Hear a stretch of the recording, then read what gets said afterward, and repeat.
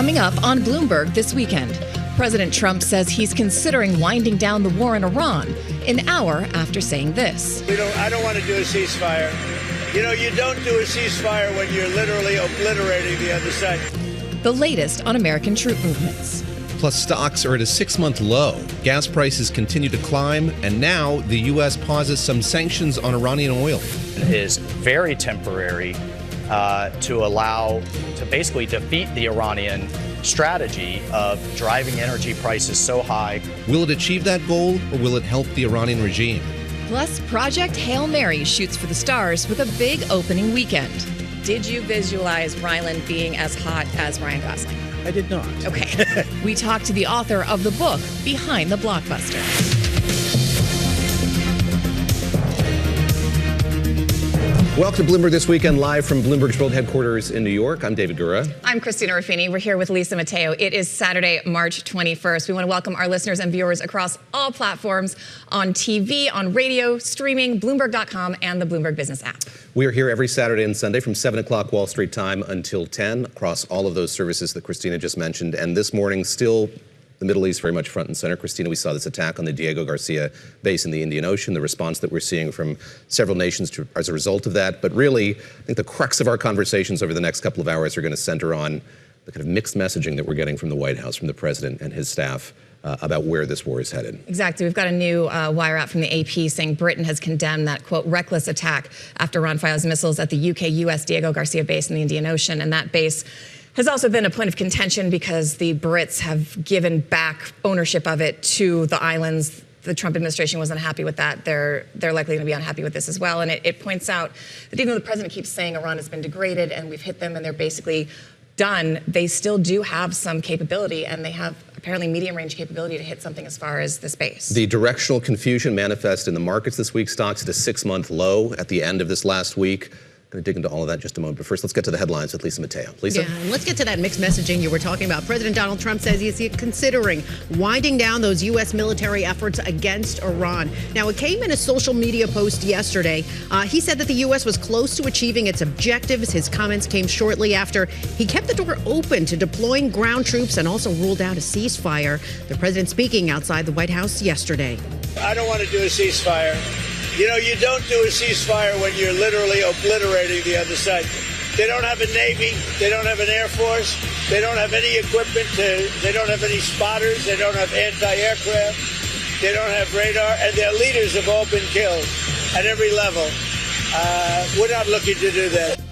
His comments come as the Pentagon has asked for an additional $200 billion from Congress to pay for the war. Now, meanwhile, action in the Middle East, it continues. The Israeli army said it was striking targets in Tehran and had detected missiles launched from Iran, which continue to launch retaliatory strikes at Gulf War Arab neighbors. Now, the conflict roiled financial markets, sent energy prices soaring.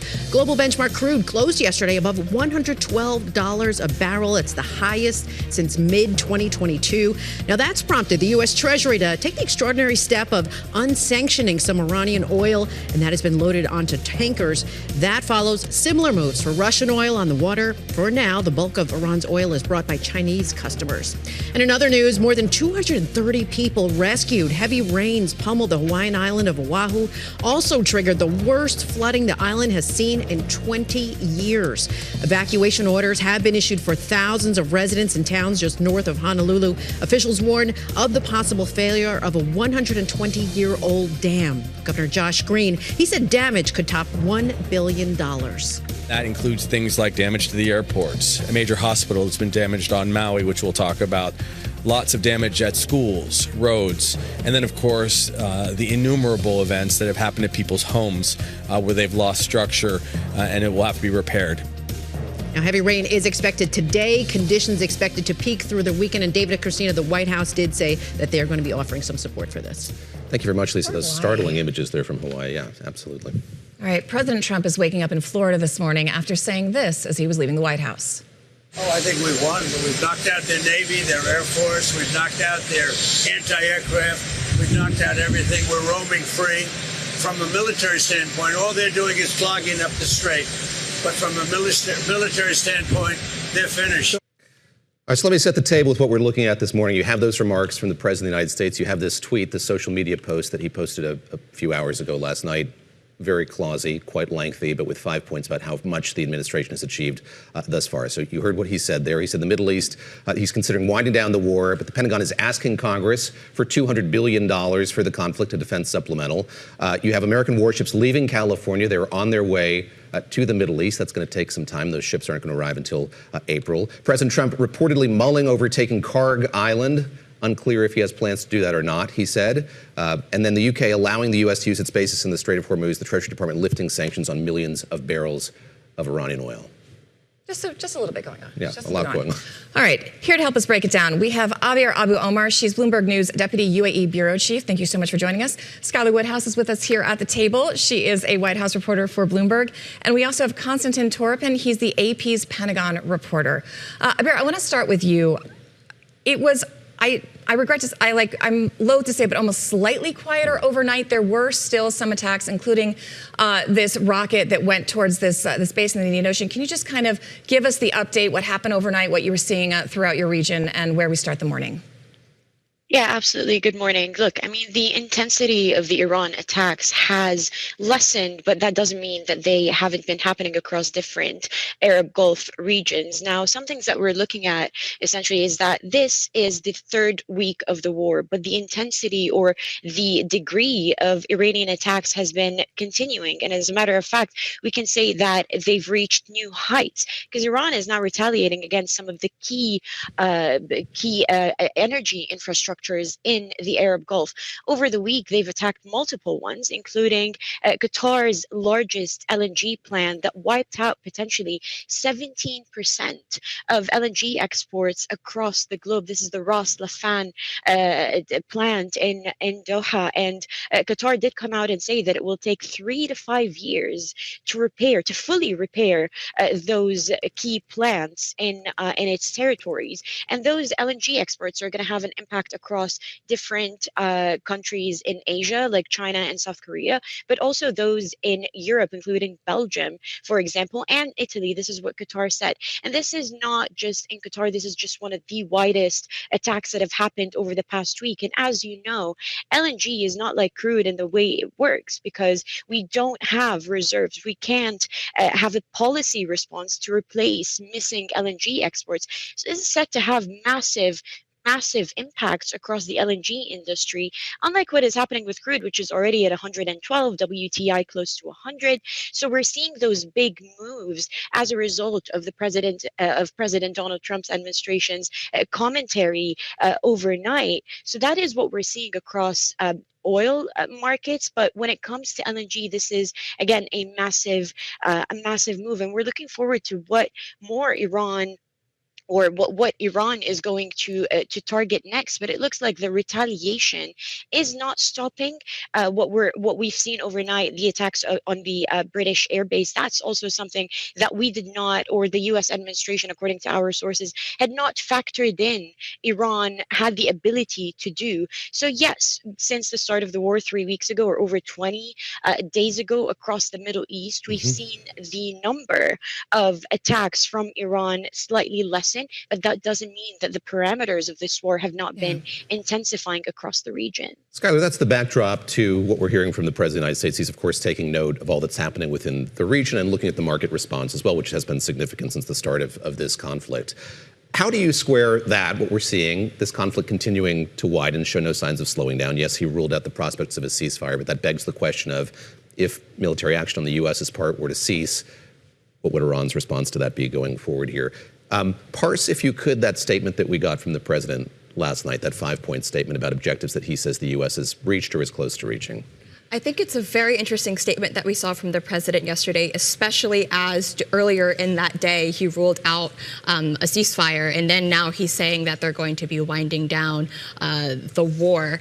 So it is very interesting that the president sort of adjusted his tone very quickly, and it almost makes you wonder who got in his ear, what happened behind the scenes. I mean, that's something we're all trying to figure out, is what were those conversations like behind the scenes that sort of shifted the president's thinking around this war. And I think one thing to note more broadly here in the U.S. is for President Trump, the Republican Party, the administration, it is a midterm here in the U.S. And obviously, with higher cost of oil, gas prices here in the U.S., they're having to navigate that as the November elections near, and especially at a time where U.S. service members have been killed. And it's, it raises questions on if we are going to, when I say we, the administration, if they're going to continue with this war, how much is it, I guess, worth it if especially, there's the risk of troops continuing to be wounded and killed. And on that note, putting American forces in harm's way, Konstantin, I want to ask you, there's been successive reporting about whether or not the president will use ground troops, and he's been asked about it, and whether or not he really wants to go in and hold Kharg Island. And we've got some reporting from Axios that says the Trump administration is considering plans to occupy or blockade that island to pressure Iran to reopen the Strait of Hormuz. I was reading this week that an amphibious assault, if this administration does decide to go forward with that, won't look like the ones we've seen in the past when we think D-Day and those kinds of boats. One of those carriers doesn't even really have a well to launch those boats. What are the odds of that assault happening, and what will it look like if it does? Yeah, it's a good question. So the U.S. military has now sent 2 separate Marine expeditionary units towards the Middle East. One was coming from one was doing exercises off the island of Taiwan. It has been rerouted to the Middle East, and that group is made up of 2 amphibious assault ships led by the USS Tripoli. And then yesterday, we reported that the USS Boxer Amphibious Readiness Group, that's made up of 3 amphibious assault ships, that's heading to the Middle East as well. So, sort of to answer your question, it certainly appears that one of the options that's being teed up here is to have U.S. Marines seize the island via the ocean. But do you think, will that look like what we're picturing with fast boats and men in the water, or is there a modern version of that? I was reading it's more likely to be kind of a targeted assault with choppers coming off these carriers, fewer men in the water, and more of an air assault being launched from these boats. I don't know if that's even something we can answer at this point, but I just found that interesting because when I think amphibious assault, I guess my brain is still going Saving Private Ryan. Right. I think if the military does go down that path, which to be clear, we don't have any indication sort of one way or the other. But yeah, I think it'll probably be a blend of the two. I doubt it's going to be absolutely Saving Private Ryan with sort of waves and waves of amphibious assault craft. But I think it'll look a little bit like that. The Marine Corps still utilizes modern versions of those kinds of crafts. So probably some version they're in. Abir, I want to go to the Strait of Hormuz, the traffic that we've seen or the lack thereof, and Bloomberg's reporting that an Indian tanker did get through. We've seen kind of a series of this happening over the course of the last week, a handful of vessels getting through. If the flags of those vessels, if those countries are able to communicate with Tehran and negotiate some sort of deal here. Can you just get us up to speed on what that negotiation has been like, the degree to which some traffic has returned here, and sort of what is still on the minds of carriers and captains and insurers as this conflict continues? Yeah, absolutely. Look, the Strait of Hormuz remains in effect closed, and that is one of the things that have been sort of a sticky point since the onstart of this war.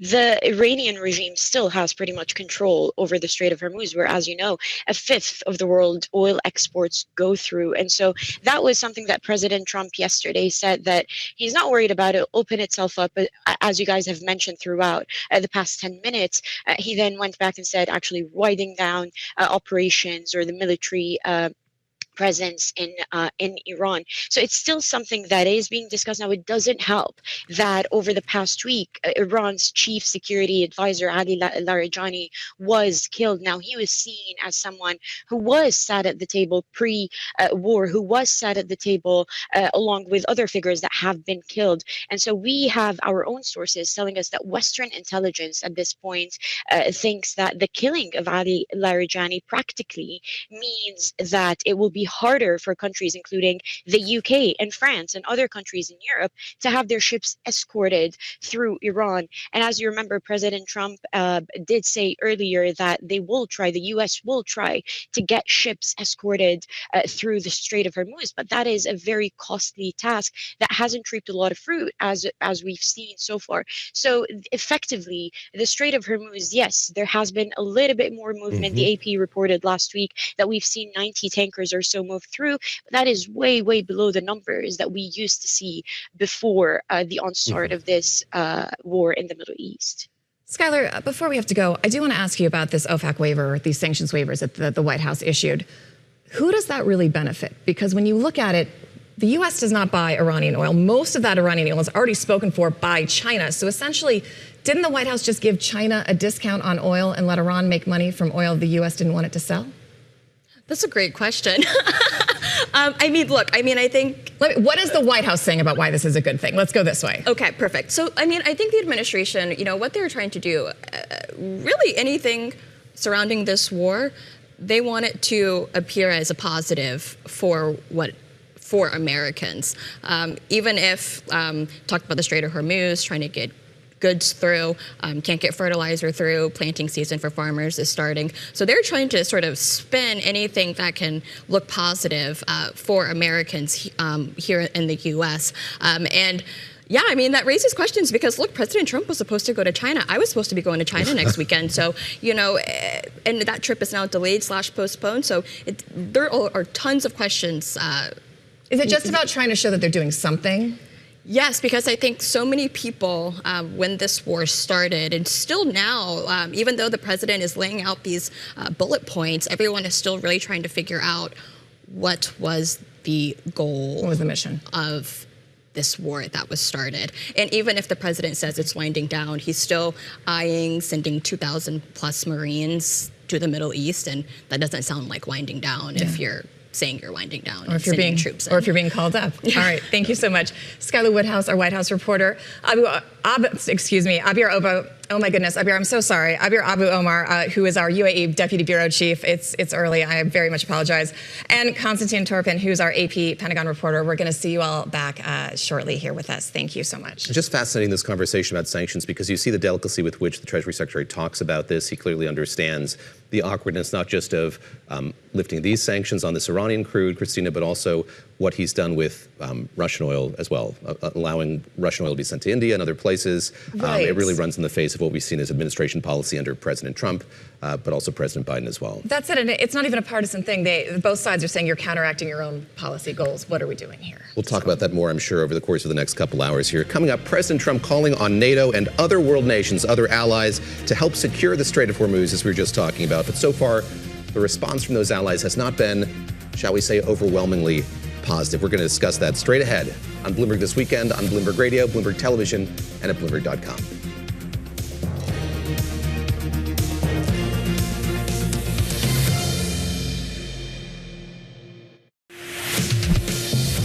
Thank you for joining us live on Bloomberg This Weekend. I'm Lisa Mateo. Let's get you up to date with some of the top stories. And President Trump says at some point the Strait of Hormuz should open itself out. It's a simple military maneuver. It's relatively safe, but you need a lot of help in the sense of you need ships, you need volume. And NATO could help us, but they so far haven't had the courage to do so. And others could help us, but, we don't use it. At a certain point, it'll open itself at a certain point. But we've defeated the enemy. The president speaking outside the White House yesterday. Iranian officials have become reluctant to even discuss the critical waterway during the U.S.-Israeli bombing campaign. Meanwhile, Bloomberg reporting Tehran is trying to impose a traffic control system through the strait, permitting safe passage for friendly vessels. Sources say the Iranian Navy guided an Indian liquefied petroleum gas tanker through the Strait of Hormuz last week, allowing the ship to pass on a pre-approved route following diplomatic engagement by New Delhi. A bill to fund the Department of Homeland Security failed to advance Friday in the Senate. It comes as lines to get through security at some of the country's biggest airports continue to grow. Call-out rates for TSA workers who are not getting paid during the government funding lapse are on the rise. Senate Democratic leader Chuck Schumer said he would offer an alternative measure today to fund just the TSA as lawmakers hold a rare weekend session. And a jury says Elon Musk misled Twitter investors before his $44 billion acquisition of the company in 2022. Jurors found that Musk defrauded shareholders when he tweeted that the social media network, now called X, had too many fake accounts and tried to back out of the deal. The jury rejected 2 of the 4 fraud claims. Musk's lawyers said they would appeal. David and Christina. Lisa, thank you very much. Thanks, Lisa. As President Trump signals a possible end to the war in Iran, he's repeatedly railed at NATO allies for not providing support to open the Strait of Hormuz, calling them paper tigers, cowards, and calling them out to the press. It's a simple military maneuver. It's relatively safe, but you need a lot of help in the sense of you need ships, you need volume. And NATO could help us, but they so far haven't had the courage to do so. And others could help us. The strait itself is, we're doing a good job. But it would be nice if the countries, including China, if the countries that use it, China uses it 90% of their energy. Japan is 95% of the energy. It would be nice if those countries would get involved. Joining us now is Elisa Ewers. She's Senior Fellow for the Middle East Studies at the Council on Foreign Relations, along with Steve Yates, who is Deputy National Security Advisor to Dick Cheney, is now a Senior Research Fellow for China and National Security Policy at the Heritage Foundation. Welcome to both of you. Lisa, let me start with you and the level. I want to get to the NATO allies, the call to them in just a moment, but I want to start with this dissonance that we've been focused on this morning. That is the president talking about the prospects of winding down this war while floating the notion that there could be an invasion of Kharg Island in the coming days. Not saying yes or no either way, but the specter of that still looms large. How do you see the timeline of this war as we approach the start of the 4th week of it being colored by what the president has said and posted here in recent hours? Good morning. Thank you for having me. And I think the president has said it numerous times over the course of the last 3.5 weeks that the war would wrap up soon, that this was a relatively easy and successful operation. And what we're seeing, I think, is that the Iranian regime has certainly raised the costs of the war, made it a little bit more difficult for the president to claim success. It's unclear to me whether this is simply another pronouncement by the president to maybe change the subject or even to continue to confuse both the regime and others about what he intends to do, or whether this is real and he's looking for an off-ramp. As you say, there are Marines coming into the Persian Gulf this weekend. Additional resources and assets have been mobilized as well. So all of these kind of send confusing signals as to the president's intentions, whether he's looking for an exit ramp or really not intending to declare success quite yet. And Steve, I want to revisit something we were talking about in the last block. I'm wondering if you can help us understand the policy goals behind this latest OFAC waiver, because the vast majority of this Iranian oil is already pre-purchased or called for by China. So the U.S. has just given a strategic competitor a big discount on energy, given Iran up to $14 billion in revenue, while at the same time bombing that country. And none of that oil is likely, or not enough of that oil is likely to hit the market at large to make a difference in oil prices. So what are we doing here? Well, I think one of the gravest errors in all the analysis I've seen basically for 3 weeks is to try to draw long-term conclusions from short-term events, and basically heavily weighting the public relations analysis rather than what are the facts on the ground and what is changing. It's completely consistent to try to demonstrate that some things will move and that we're a reasonable negotiator if you will back down and basically engage. Iran's, what's left of its leadership, has chosen not to negotiate several times. And so basically they are terrorizing the Straits at this point. They don't control the Strait of Hormuz. They control the ability to fire upon people who deign to use it. Right. So for international understanding all commerce. that, That why used to issue a be waiver that makes common it goal. easier for them to sell some of this stuck oil? I'm sorry, I didn't hear the question. I say, right. So given all that, why issue this OFAC waiver? How does that help take down that regime?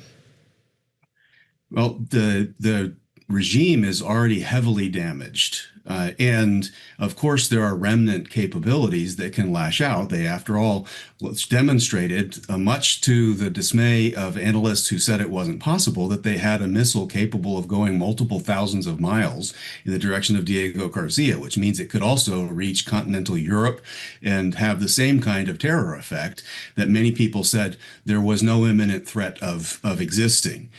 So what's happening is in 3 weeks, the regime has been heavily degraded. International markets have experienced a shock. There are a lot of things that need to happen to manage that shock. But it's really not a good look for NATO to act as if a disinterested bystander in international markets and freedom of navigation on the seas. That is, I think, where President Trump is correct. When you have numbers that are together moving cargo through there, Iran won't have this just be targeting only the United States or Israel as the prime contenders in what needs to happen with the free flow of resources. All right, Lisa, Steve doesn't want to seem to answer that question, so I will ask it to you. What is the policy goal behind this OFAC waiver? I think this is part of the assurance campaign that the administration has undertaken to try and calm markets. Its steps so far have not worked, right? Markets have responded over the last 10 days, especially quite acutely to the war. And so pronouncements on lifting sanctions on Russian oil, which we can talk about in a moment what that means for NATO, agreeing to underwrite insurance for those who are trying to transit the Strait, escorts were talked about. Now this OFAC license. These are all steps to try and stabilize markets and bring the price down. That's not how markets have been responding. It's also unclear how this license exactly is going to work. As you indicated, this is oil that's already loaded in tankers, has buyers, has destinations. What I would add on the kind of risk that the regime has placed the Strait under, what's different, I think, from the way we have looked at this problem set before, is that we always assumed when the regime would make good on the threat to close the Strait, that it would come to a high cost to the regime itself, meaning it couldn't move its oil either. But what we're seeing is that Chinese tankers, Indian tankers are moving through. And so Iranian oil is moving. It's everything else that's stuck inside the Strait that is not moving. Steve, when you think about the relationship between the U.S. and NATO, the relationship between the U.S. and European allies, you talk about long-term consequences and short-term events here. The rhetoric from this administration in this term, and indeed the term before it, during the first term of the Trump administration, has been somewhat adversarial toward those long-standing alliances, those multilateral alliances. I'm curious, as you look at this now, do you think that it was at all a misstep on the part of this administration in Israel not to try to rally those allies earlier in advance of these strikes? In other words, they're making this entreaty now for these allies to come in and help patrol the Strait of Hormuz. Is this something that could have been worked on or agreed to before these strikes took place now 3 weeks ago? Unequivocally, no. There was no circumstance where there was going to be any get from these alleged allies going into this. Another one of the framing errors has been sort of talk about disregard for allies. Well, Israel is an ally of the United States. So are the Gulf allies that are part of the Abraham Accords. And there's been a broader problem here, and Europe has been a part of it. The United States and past administrations, including the one in which I served, was a part of the problem in assuming that the only way to deal with this protracted problem of 4+ decades was to basically negotiate some kind of settlement where we pay a lot to the regime in Tehran, and then we would negotiate some kind of appeasement to allow this terror to continue. I think at some point that cost becomes too high and risky action has to be taken. I don't like necessarily every element of this action, but there was no chance that the governments in the major capitals of Europe were going to sign on to this. For decades, they had been on the side of the deals like the JCPOA and others, which did not keep the cork in the bottle. Elisa, quickly before I let you go, there's a clip circulating where the NATO Secretary Mark Rutte is asked by a journalist why Europe doesn't just say to the U.S., okay, you want us to patrol the strait, this is what we want in Ukraine. And you see his face and he kind of goes, that's actually a good idea. Is it a good idea? Should they do that? Europe always has leverage, I think, in the alliance that it may not use to the best effect here. I think you have to remember that this relationship is under a lot of strain. It wasn't all that long ago that we were talking about Greenland. So the unpredictability of the administration's approach on a number of important policy issues to Europe is part of the equation here. So could Europe turn this into a discussion about what it needs from Washington? Sure. But I think the fact that there's such a lack of trust and discomfort with the unpredictability of President Trump's approach feeds into whether or not you can trust that conversation can produce what Europe might need. Elisa and Steve, thank you very much. That's Elisa Ewers. She was a senior director for the Middle East and North Africa at the National Security Council. Now she's a senior fellow for Middle East Studies at the Council on Foreign Relations. Steve Yates is with the Heritage Foundation. He's a senior research fellow for China and national security policy. He was deputy national security advisor for Dick Cheney. One of the interesting things about this is this administration had actually made really good progress, something even the Biden administration begrudgingly admitted with these Mideast allies, with this normalization process between them and Israel. The Abraham Accords, 100% correct. And the next step in normalization was likely to have been Saudi before the Gaza conflict broke out. And I'm wondering now, given all this, if those are salvageable. Yes, I think that comment that he made about short-term events and long-term consequences, what will be interesting to watch here is if and when those short-term events become longer-term consequences and you bring up the relationships that the U.S. had tried to broker here and the prospects for continued peace in the region, if that is anywhere on the table at this point. And resentment that the U.S. didn't stop some of these strikes. Yeah, okay. In our next section, the war is not only spiking oil prices, but putting at risk the world's supply of natural gas. Our next guest heads up a major pipeline project in this country. We're going to talk about it on Bloomberg this weekend.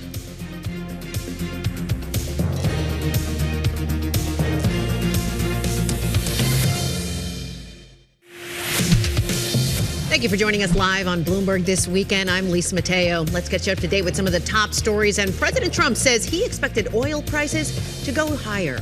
I expected worse, actually. I thought that oil prices would go much higher when I did this. The president speaking outside the White House yesterday. Now, the conflict has sent energy prices soaring. Brent crude closed yesterday above $112 a barrel. That's the highest since mid-2022. That prompted the U.S. to allow the sale of Iranian oil and petrochemical products that have been loaded onto tankers.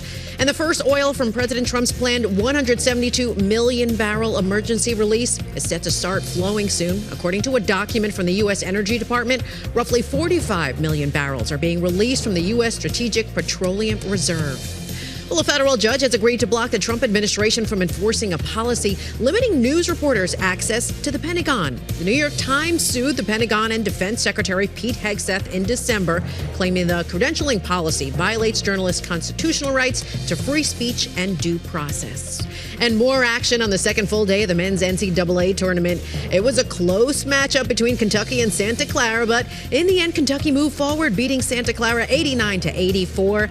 Defending champs, Florida, they moved on after pummeling Prairie View 114-55. And locally, St. John's, they beat Northern Iowa 79-53. Unfortunately, David and Christina, two other local teams, LIU and Hofstra, they were knocked out of the tournament. So that game with Santa Clara was something to watch. We don't have the video to show. If you're on radio, you don't care otherwise. But I'll describe to you what happened there. An amazing three with seconds to go, fired by Santa Clara, tying this game, and then Kentucky firing one off at the end. to Went win into it overtime. barely. Incredible. Yes. Exciting. I did not watch basketball, as Okay. you both know, but I did see some very adorable social media videos of the Michigan team warming up to Natasha Bedingfield. Okay. So that, It's Excellent. a deep that cut. almost made me want to watch the games. Well, Almost, guys. We know Almost. it gets you excited about March Madness. Natasha Bedingfield. Is it diplomacy? I don't know. I don't know. Thanks, Lisa. Thank you very much, Lisa. As Lisa was talking about just a moment ago, as Christina's been talking about over the course of this morning, we saw the administration waiving these sanctions on Iranian vessels, Iranian origin oil, to allow the sale of it here for a 30-day period. Really an extraordinary development, Christina. Absolutely. And attacks on the world's largest natural gas complex have also sent these prices soaring. So joining us now, we have Brenden Duval, whose company, the Glenfarne Group, is behind a massive proposed liquefied natural gas pipeline in Alaska. Brenden, thank you so much for joining us. Thank you for having me. I mean, first, just tell us what this conflict, what these strikes in Iran, the strikes in Qatar have done to the LNG market as a whole. So we buy LNG regularly. We're the largest importer of LNG into the country of Colombia for our power plants. Before the escalation of this war, we were buying at $10, $11 an MMBTU. And we just bought last week at $20. And then I saw trades print yesterday at $30. And so that is just a huge escalation in price. And it's basically fear of not getting cargoes. Drawing on your experience in the industry, I saw in the FT there was a headline, this is an Armageddon scenario for the gas industry. Have you seen anything like this before? I guess the closest analogy that I can grab for is what happened a couple of years ago with the launch of Russia's incursion in Ukraine. How different is this? How much more devastating is this potentially? So a couple of things. One of the problems in Europe is they didn't have the import terminals, and so they had to rush to build the import terminals straight through permitting really fast. The import terminals are where they need to be at the moment. Now it's access to actually cargoes on the water. Qatar's 17-20% of global trade. The actual facility has only had a certain number of trains. We still don't have clear information. Don't have the details yet. But And the train is what you need to make it shippable. Yeah, so that the train takes the gas, takes it to a very low temperature, a liquid, then puts it into the vessel. But if the vessel can't get into the strait, it can't pick it up. And it's a perishable item as well. LNG runs out, it evaporates. So if it's not getting taken out on the ships, they have to shut it in and then shut it in at the well. So then it's going to take time to restart as well. What's your sense of how long it's going to take to get some of those facilities back online? And then do you have any indication as, someone who's a big player in this industry of when those boats are going to start moving? So, I was talking to my construction company that's building my facility in Texas. And nobody really knows what needs to be repaired at the moment if you're on the outside, because it's not that well. No one's got people in there on the customer side doing the inspections. You guys probably don't want to telegraph necessarily. No. But it could take 3 to 5 years, because building something from scratch versus fixing something that's already built is a lot more complicated. And so if it takes 3 to 5 years, the main problem is just 1 or 2 trains isn't the end of the world. It's just getting the strait open again. So once the strait's open again, that'll be the main downward pressure back on price. You're at work on projects in Texas and in Alaska. So before we get into maybe the granular details of those, what does all of this mean for the natural gas market, the industry here in the U.S., as you sit from your vantage watching what's unfolding in the Middle East? So as an industry with domestic natural gas, there's been a desire to get what we call more on the water, to get exposed to a broader range of indices. And that's going to continue, right? But Henry Hub is only impacted so much by exports, and every cargo that can be exported is already being exported. So I don't see it driving a huge outcome on Henry Hub immediately. That'll be driven by other issues. But it does say that more LNG projects can come online, which will then put upward pressure on long-term Henry Hub prices. Quickly here again, I drew this analogy to the Ukraine war. Did that have a catalytic effect here in the U.S. and kind of changing the direction of the industry when that conflict got underway just a few years ago? Well, many projects were sitting in permitting doldrum and they couldn't attract financing. Through COVID, LNG prices went down to $2.50 delivered. Wow. We're talking about $25 now, so that's a 10x swing. That's crazy. Coming out of COVID at prices that low, and then Ukraine war hadn't happened, there was things had slowed down. Post that, everything's come back, and the U.S. is the most secure place to buy LNG from. It just is. The president has said recently that the U.S. doesn't need the strait. We're energy independent. We don't need it. But that's not quite true, right? It seems like it would be helpful if that was moving, even for U.S. companies like yourself, just to bring the overall prices down. Well, I think everyone wants lower energy prices. As an LNG guy, you might think I want a high LNG price, but lower prices has more demand, and I'm more of an infrastructure player. I want to sell long-term energy. Sure, everyone wants a little bit of volatility to make some money. So when energy prices come down, I think we all benefit, and that's what will happen from the Strait. But as a domestic, as a nation here, we've got all the energy we need. Let me give you a minute to talk your book here. So you've got this project in Alaska, and as we talk about the way that the global energy market is being affected by all of this, what would or what does that project offer to, say, customers or clients in Asia who are looking at the very real prospect of, because of what's happening in the Strait of Hormuz, feeling like they don't have ready or reliable access to the natural gas that they need? So Alaska, a little bit of background on the project, right? It's a very large project. It's 20 million tons per annum, which is a very significant size project. It's a two-phase project, a pipeline to bring gas from the North Slope down to, let's call it, in the south near Anchorage, and then an LNG facility to export it. So two-phase project. The pipeline is at a ready-to-build stage now, and the LNG facility is about 12 months away. The whole thing is fully engineered, all permits, all rights of way. It's had $1.5 billion spent preparing it. And the customers in Asia like it because it's a 7-day sail to Japan, 10-day sail to Taiwan. And Asia's been hit really hard, especially by this strait. In particular, India and China are heavy buyers of Qatari LNG. Korea and China and India are heavy buyers of Qatari. Japan and Korea less. But it's still cargo is being taken out of the market. And so if we can take it down from Alaska, it's close, it's secure, it's a U.S. cargo that's protected. 5 days sailing in U.S. waters. It's a good thing for our allies. Quickly before we let you go, critics say that there are no buyers right now, and the price tag is likely much higher than what you're projecting. What's your response to that? Well, I know because I'm selling LNG out of the Gulf Coast. I'm selling it out of Alaska. We can offer excellent prices, and I can tell the interest right now is there's upward pressure on that price. Probably a good moment to be pitching this, needless to say. Brenden Duval, thank you very much for joining us. Thank you. Brenden, on his way to CERAWeek in Houston, of course, with so many other energy executives for this confab that we were talking about with Daniel Yergin just a few weeks ago, really going to be the nexus of a lot of these conversations, I think, here over the course of the next few weeks, and we'll have coverage all across our Bloomberg platforms as that event gets underway. Up next, we're going to turn to this week's most read stories on the Bloomberg terminal. Lisa Mateo is going to join us here. She's read all of them. These are the most read. You can explore live streaming news and interviews, all our Bloomberg TV shows, documentaries, reporter analysis, and more. It's in one place. You can check it out at Bloomberg.com/videos. Find that on the terminal as well. Much more to come here on Bloomberg This Weekend with me, David Gura, Christina Ruffini, Lisa Mateo, on Bloomberg Television, Bloomberg Radio, at Bloomberg.com, and on the Bloomberg Business app. Stay with us. We'll be right back.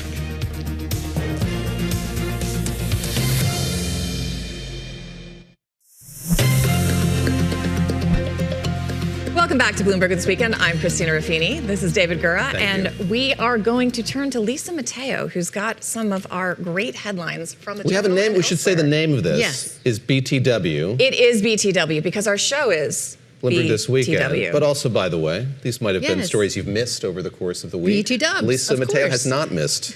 We some have stories, not. by the way. She misses nothing. We're on top of it. All right, I want to start with the Wall Street Journal. Do you guys remember Banksy, the artist? Yes. Okay, Of so course. this is Graffiti about artist. Banksy. Let's get to it. Okay, so it says Banksy's identity has been revealed. Expect his art to sell for a lot more. So he's worked hard, right, to remain anonymous. Yes. He recently revealed he's a man in his 50s from Bristol, England. That's what it's been said by Reuters. They said his name was Robin Gunningham. That was from a police report. They said legally he changed his name to David Jones, but that's one of England's most common names. Okay. So David can you Jones. see what he's I doing was there? thinking David Jones Locker, yeah. There you go. There you go.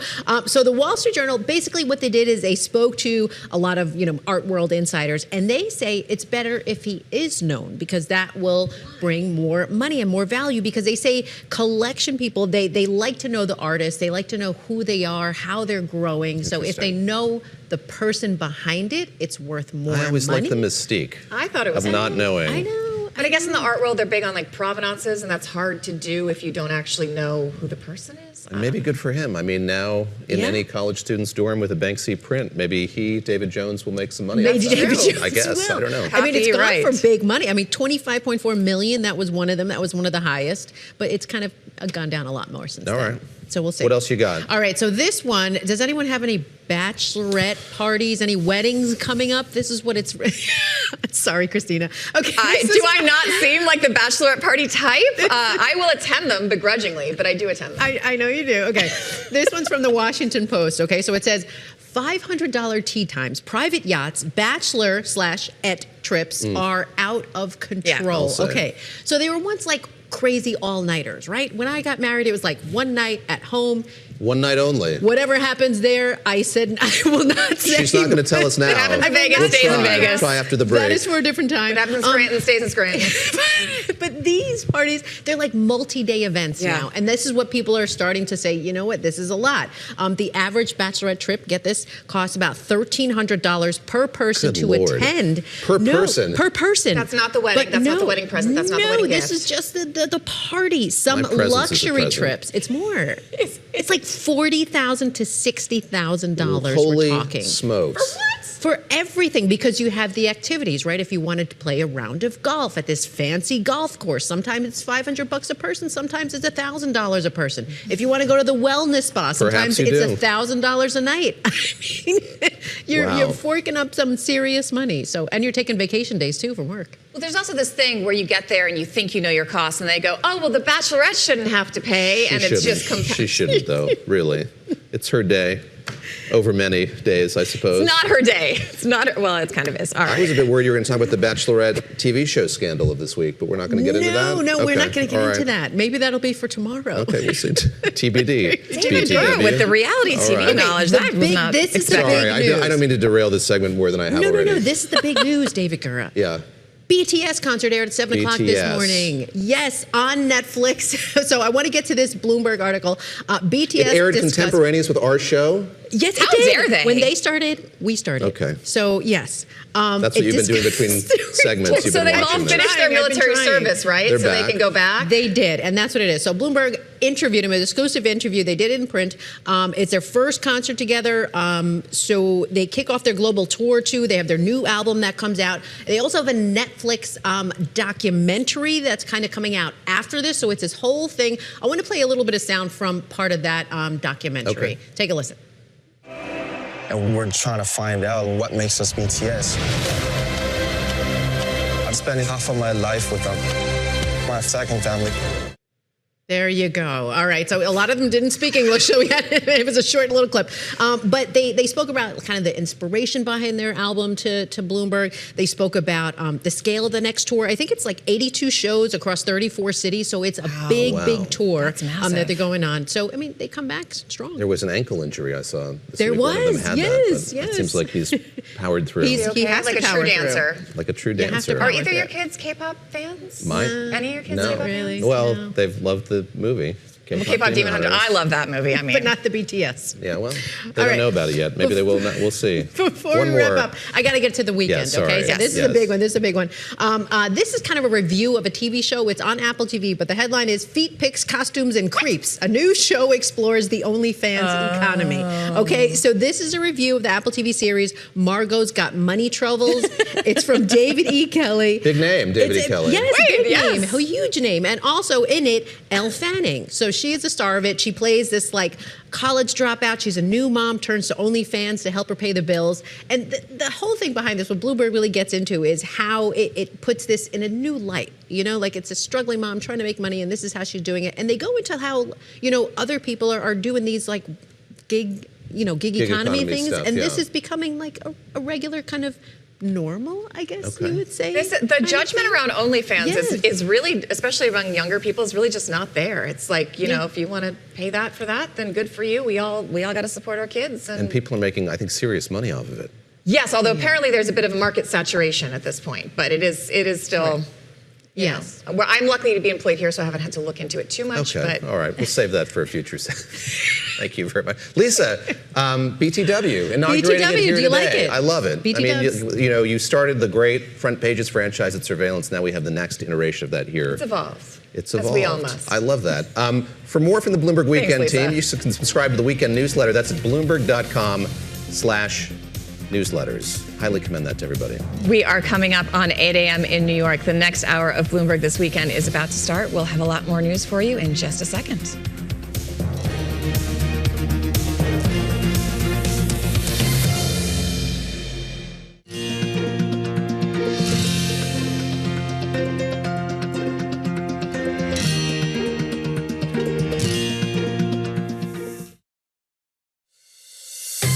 Welcome to Bloomberg This Weekend, live from New York with David Gura, Christina Ruffini, and Lisa Mateo. The latest headlines, key analysis, big interviews, and the stories that hit home on your days off.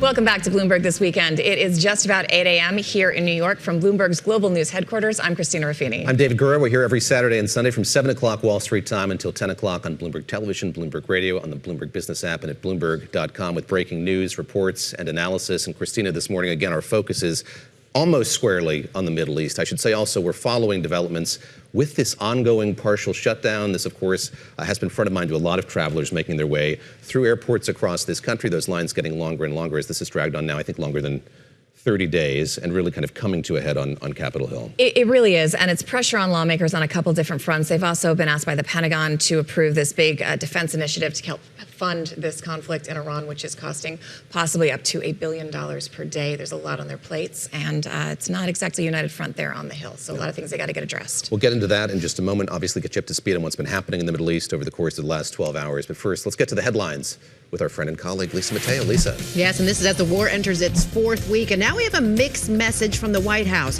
We have President Donald Trump. He posted on social media yesterday. And basically what he said is that he was considering winding down the U.S. military efforts against Iran. He's saying that the U.S. was close to achieving its objectives. But his comments, they came shortly after he kept the door open to deploying ground troops and ruled out a ceasefire. He was speaking outside the White House yesterday. I don't want to do a ceasefire. You know, you don't do a ceasefire when you're literally obliterating the other side. They don't have a Navy. They don't have an Air Force. They don't have any equipment. They don't have any spotters. They don't have anti-aircraft. They don't have radar. And their leaders have all been killed at every level. We're not looking to do that.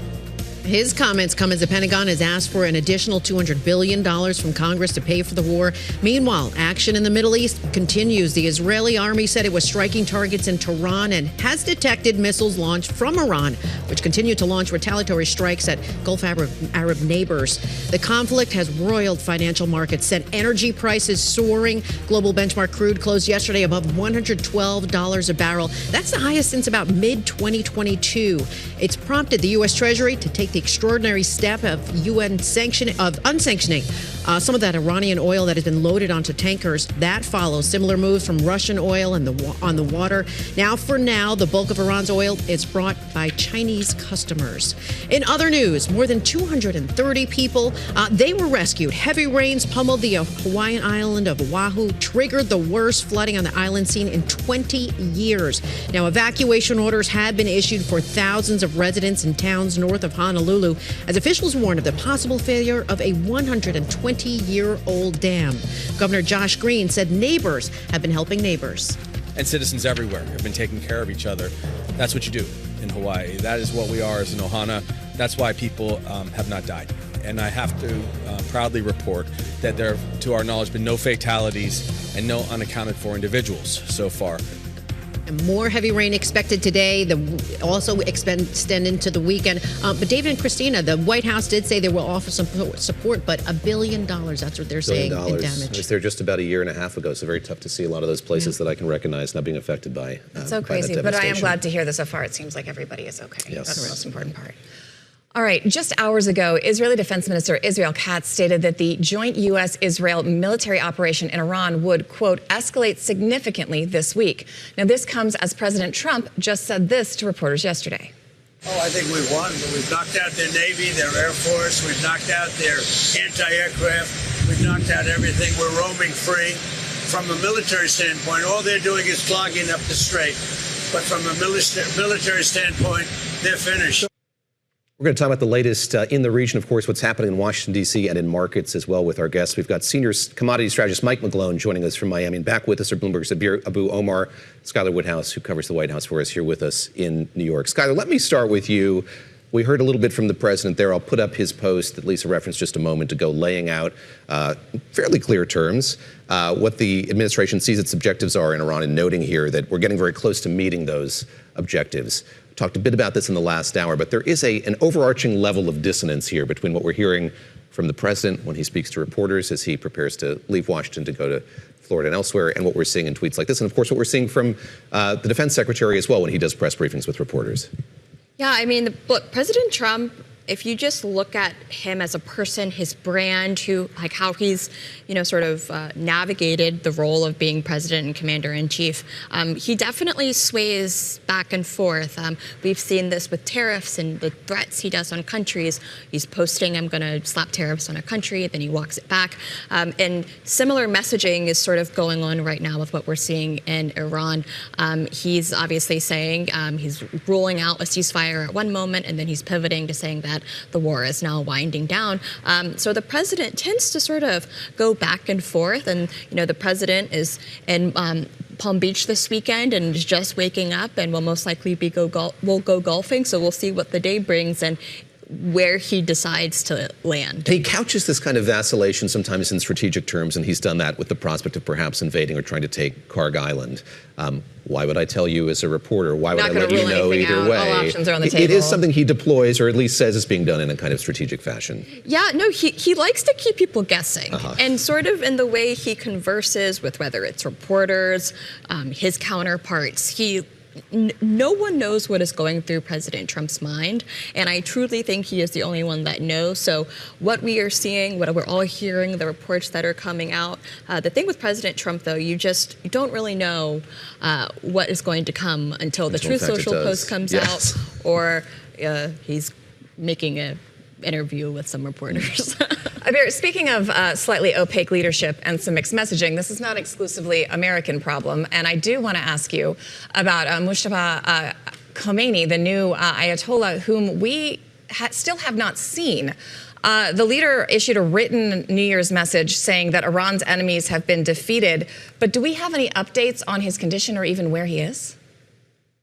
No, so you're right. As of now, all we've heard is some social media posts from him, but also messages that have been conveyed by some officials in Iran. But if you remember, Christina, we had reports last week that said the initial attack that killed his father, Ayatollah Ali Khamenei, had killed much of the family, but had also injured him significantly. We heard reports that he was disfigured. We heard other reports that are unverified. But as of now, there is no verified sign of him coming out to the public, which is slightly worrying at this point. But that has not stopped Iran from its retaliation, and that's something that I want to bring to the table here.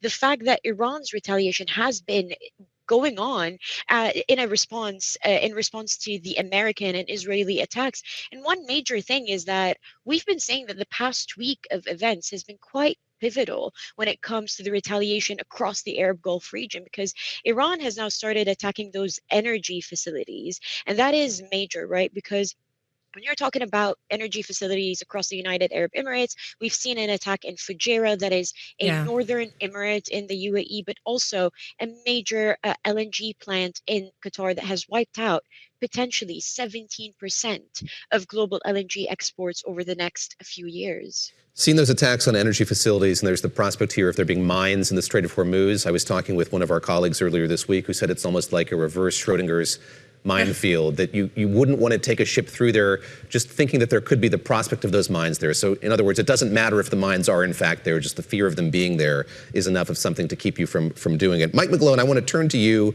and focus on that strait in particular. We've heard the entreaties from the president here that other countries should get involved in patrolling it or making it safe for passage. Let's take a listen to what he had to say on that front on Friday. We don't use the strait. The United States, we don't need it. Europe needs it. Korea, Japan, China, a lot of other people. So they'll have to get involved a little bit on that. We don't use it, he says, Mike, but of course oil set on a global basis, and we saw Brent topping at 112 on Friday. Despite what this administration has tried on many fronts to get that oil price lower, relieving some of these sanctions, suggesting that there could be naval escorts in the strait, talking about the prospects of there being reinsurance, they have been unable to contain this rising price. I'm curious what you make of the price action we saw over the last week. The significance is that the crude oil contract in the U.S. WTI was actually down on the week slightly. And that's significant because we're walking into a weekends where there's risk. And what's really notable this morning, the lack of headlines of offensive attacks from Iran actually hurting others. So what's happening, there's a major mistake to have the Strait closed, but now that it is, and we have, it looks like the military has gained more and more and more air superiority, the ability to just pound Iran so they can't have offensive capabilities. That's what the market's looking at. You saw that a lot last week. Like I said, that front crude oil was actually down. Gold collapsed. So gold's down 10%. It's looking forward to a more secure world is the way I see it. And I think the key thing is when we wake up Monday morning or Sunday night, and again, if we have another day with a lack of Iran to have offensive capabilities, this is the beginning of the end. Crude oil's probably peaked at 120. And here's a key thing. By the time we get to the midterms, the December crude oil contract is one going to be this matters. That one right now is at $78 a barrel. I fully expect it to be down by 50 by the time we get to midterms. Mike, I got to stop you there. I want to ask you about gold in specific. This is the worst week since 1983, if I'm not mistaken here. Yes, maybe that accounts for some added confidence here, but that is a rather extreme move that we've seen. I mean, the conversation surrounding gold over the last year and a half has been, how high can it go? It's been on a real sky-high path. How high can it go, David, is a classic sign of a peak. The thing that happened with gold is it warned us what happened this year. Last year, gold went up 65%. It grabbed alpha from everything. It's a store of value. But typically, a store of value trades with the lower volatility than the S&P 500. It shifted over to a highly volatile speculative risk asset, and right now its 180-day volatility is 2.4 times the S&P 500. That now is a problem because if the stock market goes down, things with high volatility go down harder. So its store of value is over. It's shifted over to now. I think it's looking forward to that secure world, plus interest rates going up. So gold did the lesson I learned, the vernacular I learned in the trading pits is it went up too much, and I think it. Probably and silver put in peaks this year that'll last for years because of the velocity of the rallies. And oftentimes what happens in even things like silver is you shift price and the supply comes back, demand declines. And the key thing about the space is it just, it had a classic, I think, bull market peak. Mike, I have to tell you, David was very excited to ask you that gold question. He was kind of jumping up and down. I just love that the vernacular was it went up too much, not 180-day vol, which I saw Christina writing down on her piece of paper. Yeah. Well, the smart world is to use autocorrelation, but I kind of like to use the other one that, I just went up too much. Noted. You know what? As long as you two are happy, okay, I'm happy. Let's go back to the Middle East. Amir, on a less cheerful topic, I do want to ask you about Iran's nuclear facilities because the AP is reporting this morning that Iran has said there were some strikes near that facility at Natanz, but they're not reporting any radiation leakage. I'm wondering what the sentiment is in the region. I feel like this has not gotten the amount of focus I expected. The fact that you have a regime that is on the ropes, that is in trouble, a security situation, and potentially a lot of, if the regime falls, could be unsecured nuclear material. Have any of the allies been talking about any kind of a plan to handle that, or is it mostly going to fall to the U.S. or whoever takes over from this regime if and when it does fall, which is not at all a certainty? Look, this question brings us back and brings a lot of the officials in the region back to the whole notion of the objectives. It's still pretty much unclear from what I'm seeing and from the officials that I'm speaking to on the ground across Gulf Arab nations about what the Trump objectives out of this are. So in the beginning, it was a regime toppling, and then it was, the notions of possibly toppling down the regime in Iran, but then it was wiping down or wiping out the nuclear abilities. But it's still unclear what the Trump administration's real objectives out of this are. So a lot of the officials that are on the ground are not very optimistic as of now about the possibility of toppling down the regime.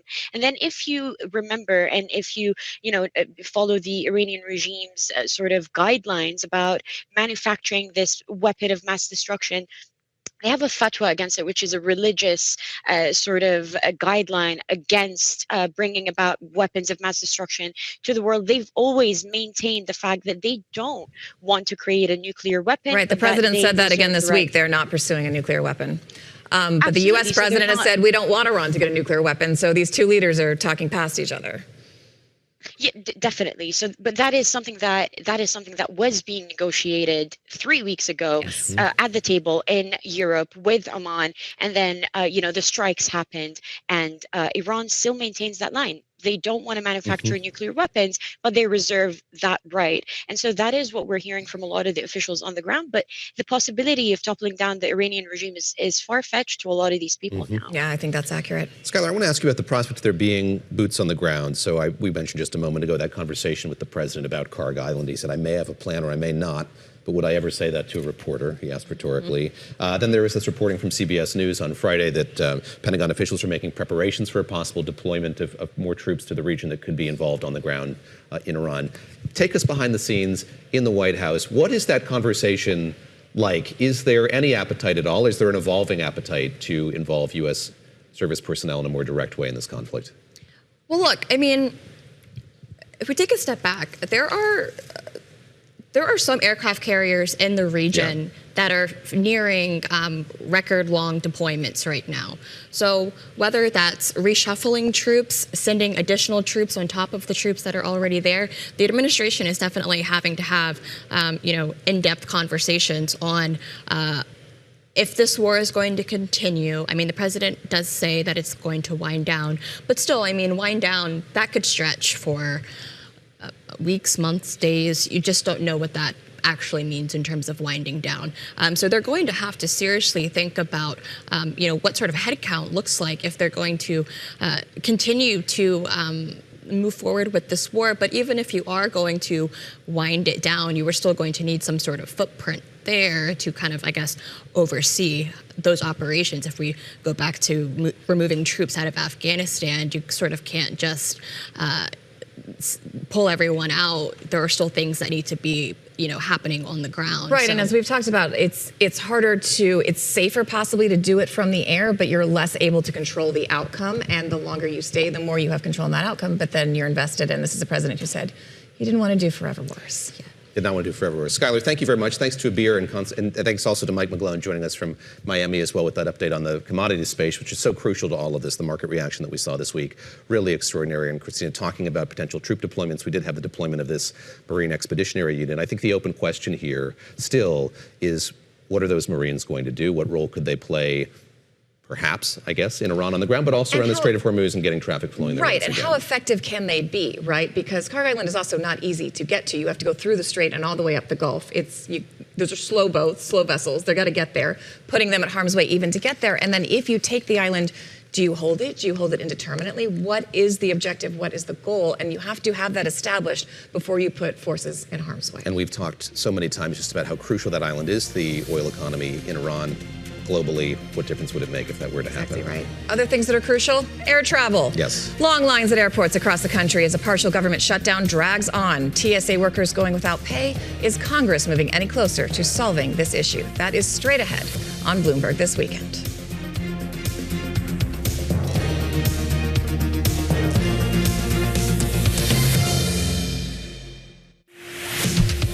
Thank you for joining us live on Bloomberg this weekend. I'm Lisa Mateo. Let's get you up to date with some of our top stories. And President Trump says at a certain point, the Strait of Hormuz will eventually open itself out.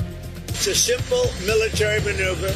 It's relatively safe, but you need a lot of help in the sense of you need ships, you need volume.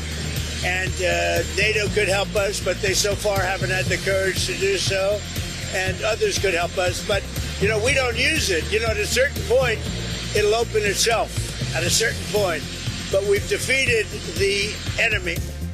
The president speaking outside the White House yesterday. Iranian officials have become reluctant to even discuss the critical waterway during the U.S.-Israeli bombing campaign. Meanwhile, Bloomberg reporting Tehran trying to impose a traffic control system through the strait, permitting safe passage for friendly vessels. Sources saying the Iranian Navy guided an Indian liquefied petroleum gas tanker through the Strait of Hormuz last week, allowing the ship to pass on a pre-approved route following diplomatic engagement by New Delhi. Well, a jury, it says Elon Musk misled Twitter investors before his $44 billion acquisition of the company in 2022. Jurors found that Musk defrauded shareholders when he tweeted that the social media network, which is now called X, had too many fake accounts and tried to back out of the deal. Now, the jury rejected two of the four fraud claims. Musk's lawyers said they would appeal. And Polymarket has taken over a bar near the White House. It's part of the prediction market's vision of betting on current events as a new form of entertainment. The company is calling it this pop-up the Situation Room and opened yesterday. It's going to reportedly close after tomorrow. Now, rows of TVs, they showcase newscasts, financial tickers. You even have a human-sized globe covered in screens that's displaying the odds from Polymarket's exchange. Users bet on outcomes of elections, sports, and also, yes, military conflicts, guys. But Christina, you're from D.C., so it's located at proper 21 K Street. All right. So that's that's like right downtown. It's not like a well-known venue, but anything on that, it's right downtown. It's where all the lobbyists are, all the big law firms, all the news bureaus are in the around central there. world. Yeah, it's easy to get to. There used to be a bar on H Street in D.C. where you would have a market kind of focus to it, and the more people who bought one type of beer, the price would go down. Yes, there was also a burger market near me where the burger price fluctuated based on how many people were ordering them. DC, at the vanguard of It is market a city of nerds, guys. I love DC. We're doing our best. We're just trying to be cool. We're trying to be cool. We never succeed, but we're trying. Lisa, thank you very much. And Lisa, speaking of Elon Musk, our control room is telling me Elon Musk has just tweeted offering to pay the salaries of the TSA workers. That, of course, is if you've been through an airport. Oh, here we go. I would like to offer to pay the salaries of TSA personnel during this funding impasse that is negatively affecting the lives of so many Americans at airports throughout the country. And of course, if you're one of those Americans who have been to one of those airports throughout the countries, long lines, long waits, unpredictable departures, 2 to 3 hours. It's taking people to get through security. We've seen them snaking around terminals. I just talked to a friend last night who's a reporter who was possibly going to be on our show. We didn't hear from her. She apologized later. It was because her flight had been 4 hours delayed because people couldn't get through security. The lines do look lengthy. A partial government shutdown, leaving airports without enough critical safety workers. This, of course, being debated on Capitol Hill this weekend. Lawmakers burning the midnight oil, or at least working through the weekend to deal with some of these issues. We'll see if anything comes of that. Joining us now on set, Benedict Kamel, Bloomberg's managing editor for space and aviation. He's based in Berlin. We talked to him from there last week. We wrested him across the Atlantic to be with us here on this Saturday morning. And Wendy Benjaminson with us as well. She's a senior editor in our Washington bureau. Benny, let's start with that audible that Christina threw at you there, that comment from Elon Musk. You don't have to address it directly, but we have seen, 10% of the TSA workforce not showing up over the course of the last week. How acute is this pain at airports as the shutdown drags on? Well, it's pretty painful for everyone. So the TSA workers aren't getting paid now. This is the second week that the paychecks have essentially bounced. And as a result, you're seeing people not show up for work. You said it, 10%. And for the people traveling, we're seeing sort of pockets of disruption. There's not sort of a blanket disruption across the country. You have airports like Atlanta, Houston. Here in New York, you have some disruption.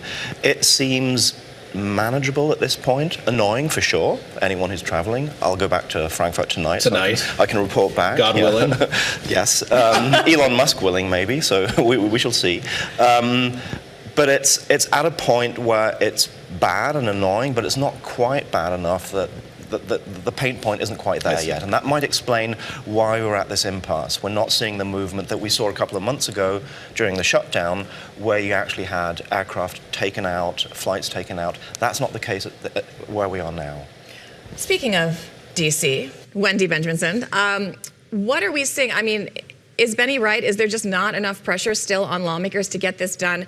I heard one Republican, I think it was Kennedy, saying this week, you should just take out the ICE portion of this bill and debate it separately so that they can get DHS funded. Any signs of life there on Capitol Hill? Any likelihood this is going to get resolved? There are beginning to be glimmers. Okay, I mean that's the best that we can do. But to Senator Kennedy's point, the thing is that ICE is already being funded through other means. So funding DHS and stripping that out wouldn't really do anything because they were always being funded through this. The play that the Democrats made, and I think it was a smart one at the time, was to say to them, no, we are not going to fund the entire agency until you give us these restrictions on ICE enforcement tactics. Now, the White House has come back, led by Tom Homan, the borders are. The White House has come back overnight with a plan that gives some of the things the Democrats wanted, but not everything. The Democrats came out of the meeting, didn't talk to reporters, and they did not indicate whether they were going to take the deal. As the pain that my colleague Benedict described there, Democrats might consider taking partial measures, getting some of the wins, and that would be body cameras on ICE agents and other, like not arresting people in church, things like that. Using federal warrants or judicial warrants instead of what they're using now. Exactly, actually having a warrant before you burst into someone's home. Yeah. So those are now in negotiation, and we're waiting to see, because at some point this was right after the killing of Alex Preddy, of course, this was Democrats' moral stand. But as the pain on travel and as we get through spring break and closer to summer travel, the Democrats' moral stand may look obstreperous at some point. Wendy, bringing up summer travel, Benny, let me turn to you on that point. I just booked some tickets for a summer vacation at the end of August. Hold that on your calendar so that you'll be here when I'm out. Of course, keep Christina. beating me to the vacation request. I really got to get on it. But I did have a moment of some relief that I was able to do that before we saw this huge upswing in prices. I'm curious, as you've listened to executives throughout the aviation industry, Benny, what they're saying about the prospect for tickets going up in price in the near term and the medium term. How are they wrestling with the dislocation that we've seen in energy prices here over the last few weeks? I mean, ticket prices will go up. There is no doubt about that. They have to pass on the higher cost, and principally the fuel cost, to the consumer. That will happen. So you did the right thing by booking early. And that's what we're seeing across the board at the moment. We spoke to a bunch of aviation executives this week, and they're on a bit of a sugar high, to be honest, because everyone is booking right now. Everyone is piling in. United told us they had some of the best booking days in history in March so far. Just everyone is piling in because everyone has that sense of FOMO. Is it going to get really expensive? I better book my ticket now. Spring break, you mentioned it, but the summer vacation. So the question is, at what point will the higher ticket prices kick in? And as a result, at what point will people then stop booking? So you might see people going on shorter trips. You might see people taking the car. So right now, things are looking great. Unexpectedly great for the industry, but that could turn very quickly. Can I follow up on that quickly? If we get to August, prices are still elevated. Is someone's ticket safe and secure, or is it likely to lead to cancellations and backups if we're seeing airlines having to wrestle with much higher prices? It depends a little bit on the routes. Scott Kirby, the CEO of United, he said we are preparing for the higher prices by taking out some routes at this point. We're taking out some what's called capacity out of the market. So they are making sure that sort of non-profitable, non-key routes may not be addressed anymore. So it really depends on where you're going. So if you're on a popular route, you're safe. But if you're going somewhere esoteric, then you might be in trouble. I love esoteric. Are you feeling better about your vacation now? I'm not going to reveal to where I'm going. Please, sorry, back to Wendy. My selfish segment there. Sorry, I wanted to have that confirmation from Benny. That's really why I brought him here. Of course. There are a couple votes coming up. The Senate is supposed to vote Sunday on a motion to advance the nomination of Markwayne Mullen, who would replace Kristi Noem as the Secretary of Department of Homeland Security. That did make it out of committee, I believe, by one vote. Correct me if you're wrong.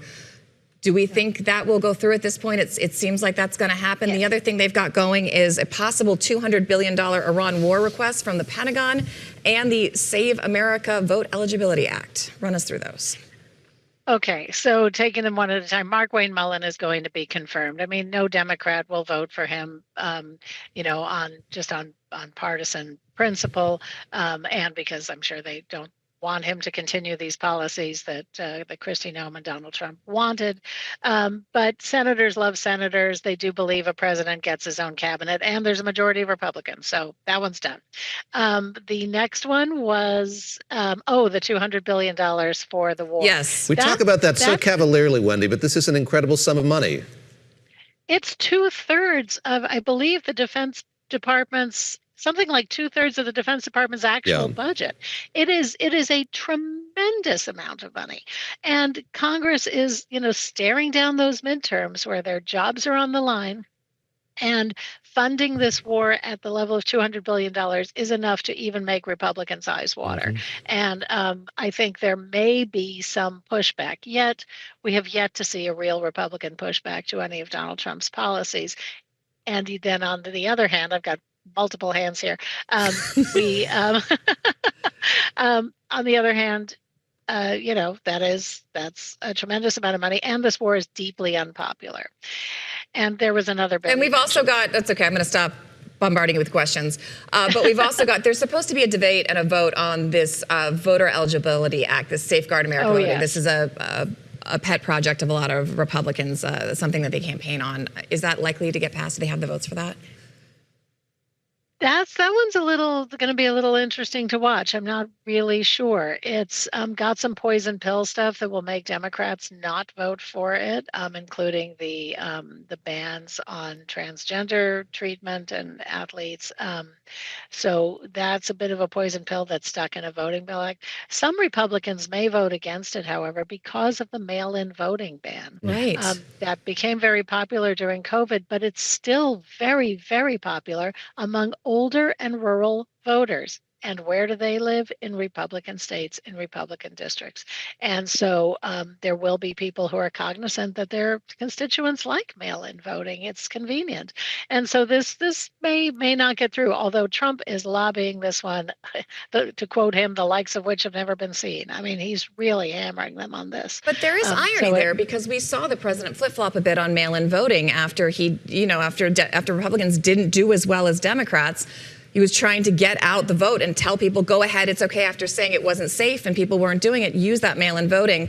But this is trying to curtail the number of people who can mail-in vote. So I guess that does make sense. We'll see what happens there. As again, Congress is in session over the course of this week, and we're tracking that with our colleagues on the Hill and with Wendy as well. Wendy Benjaminson, our senior editor, covering the DC bureau on weekends for us. Wendy, great to see you. Benedict Campbell, in from Germany, flying back tonight.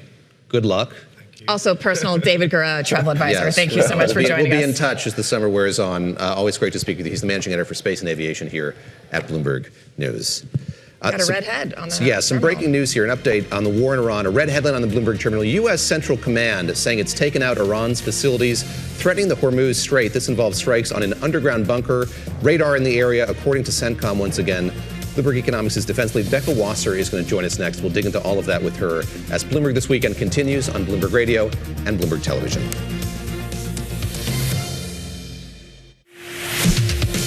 Thank you for joining us live on Bloomberg This Weekend. I'm Lisa Mateo. Let's get you up to date on some of the top stories. And President Donald Trump said he expected oil prices to go higher. I expected worse, actually.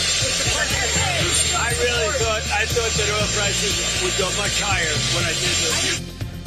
The president speaking outside the White House yesterday. Now, the conflict has sent energy prices soaring. Brent crude closed yesterday above $112 a barrel. That's prompted the U.S. to allow the sale of Iranian oil and petrochemical products that have been loaded onto tankers.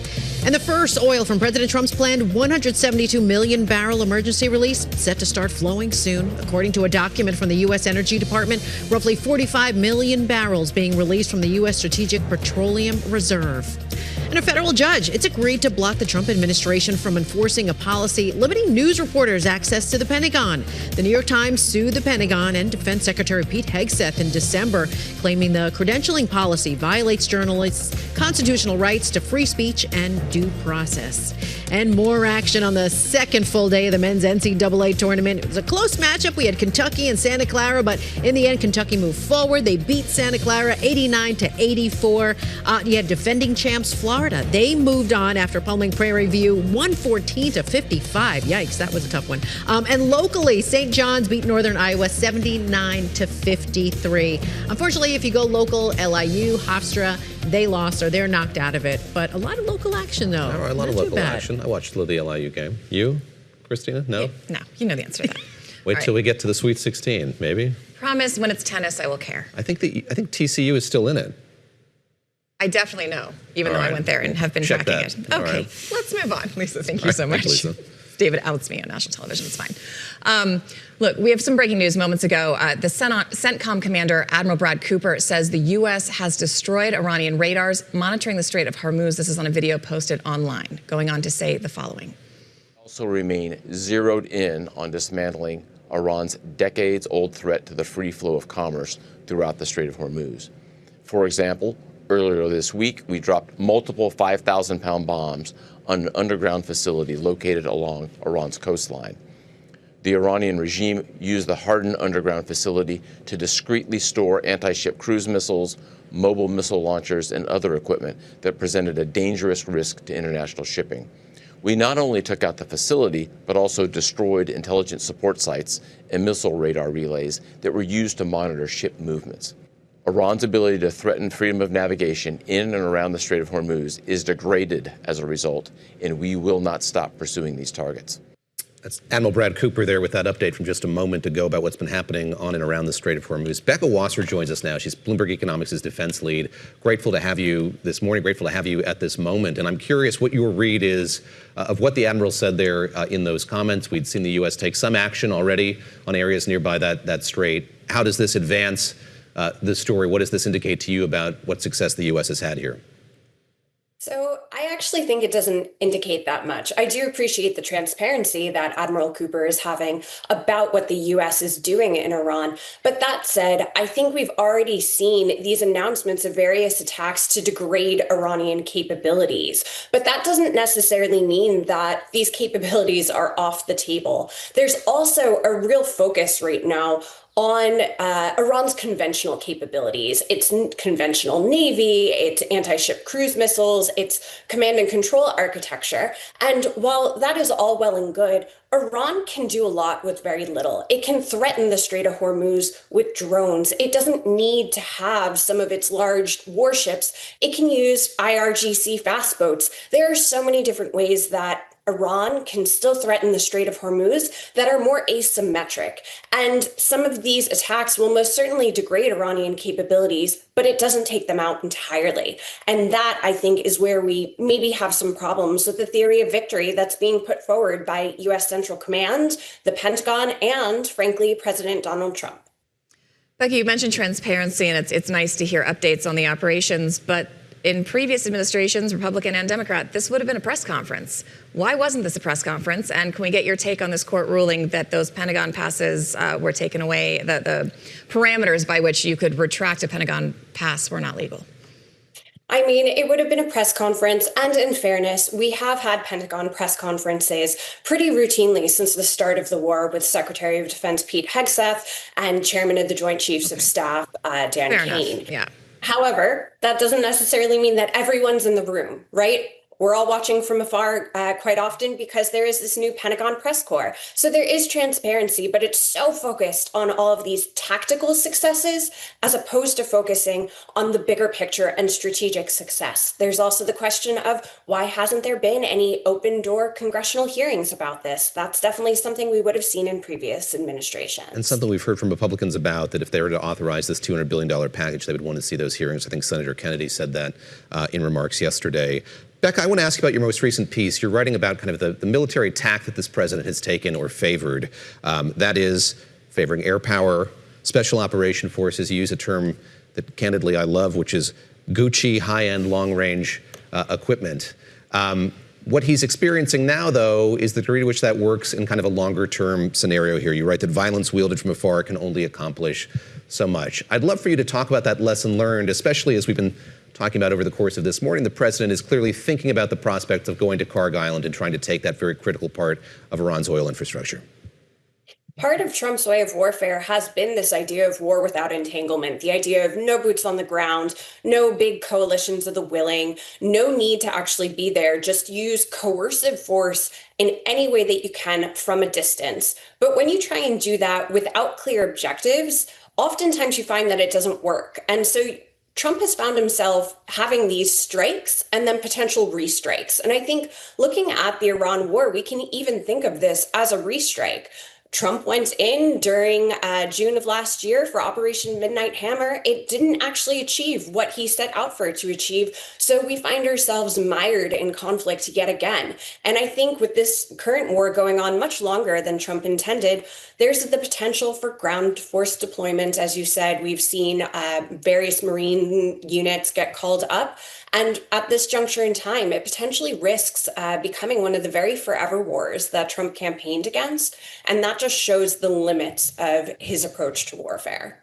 And that's the irony here, especially as he talks about wrapping up this operation and possibly looking at others, including Cuba. I want to read a little bit more from your piece. You say Donald Trump believes America can fight wars without becoming trapped in them, yet this more muscular military vision rarely produces the political outcomes he desires. One of the other things we've been discussing is the fact, and you just mentioned it, when you're coming in hard and hot with these airstrikes, this works for him in Venezuela. It is not going to work everywhere, and it may not work like that in Iran. And I think it seems the president is now trying to get his hands around what he wants to do here. Can he achieve his objectives, frankly, without putting boots on the ground? The question is, what are his objectives? It's been a bit vacillating. It's been all over the place. And so a lot of what we've actually heard from the president and from folks who are in support of his aims have really focused once again on these tactical and operational objectives, not a broader strategic picture. And that is something that makes it really difficult to disentangle yourself. And it makes it really difficult to try and achieve aims when you keep on just slapping more and more tactical objectives onto something. And that's the risk where we might actually see some of these ground forces. And it's also the risk that I think Trump has seen in this current term, where he's launched over 9,000 strikes all around the globe, not only the Middle East. Very quickly here, you write about the splendid isolation he seems to find himself in. We've got about 30 seconds, so I apologize for that. But this is a moment when he's trying to get allies to help him out, and yet he finds himself increasingly alone and isolated, only with Israel. Yes, an ally, but with no more than that. Yeah, I think Trump thought that he could essentially do it alone with one model ally who could come in and provide some additional firepower. And I think now he's finding that he needs allies. Look at his call for request for the Strait of Hormuz. Once you eschew allies, they're not necessarily going to come to your aid just because you ask for it after the fact. What's that thing going around on social? If you want a village, you got to be a villager. I guess that applies to diplomacy too. Becca, thank you so much for joining us. All right, more golden age workers say they want to keep working, and it's not just to make ends meet. There's this new trend in retirement, and it's not retiring. We're going to talk about that next. In the meantime, you can take us with you no matter where you go. Watch on Bloomberg TV, listen on Bloomberg Radio, stream us live on the Bloomberg Business app. Wherever you are, hey, we're there. It's Bloomberg This Weekend. Stick with us.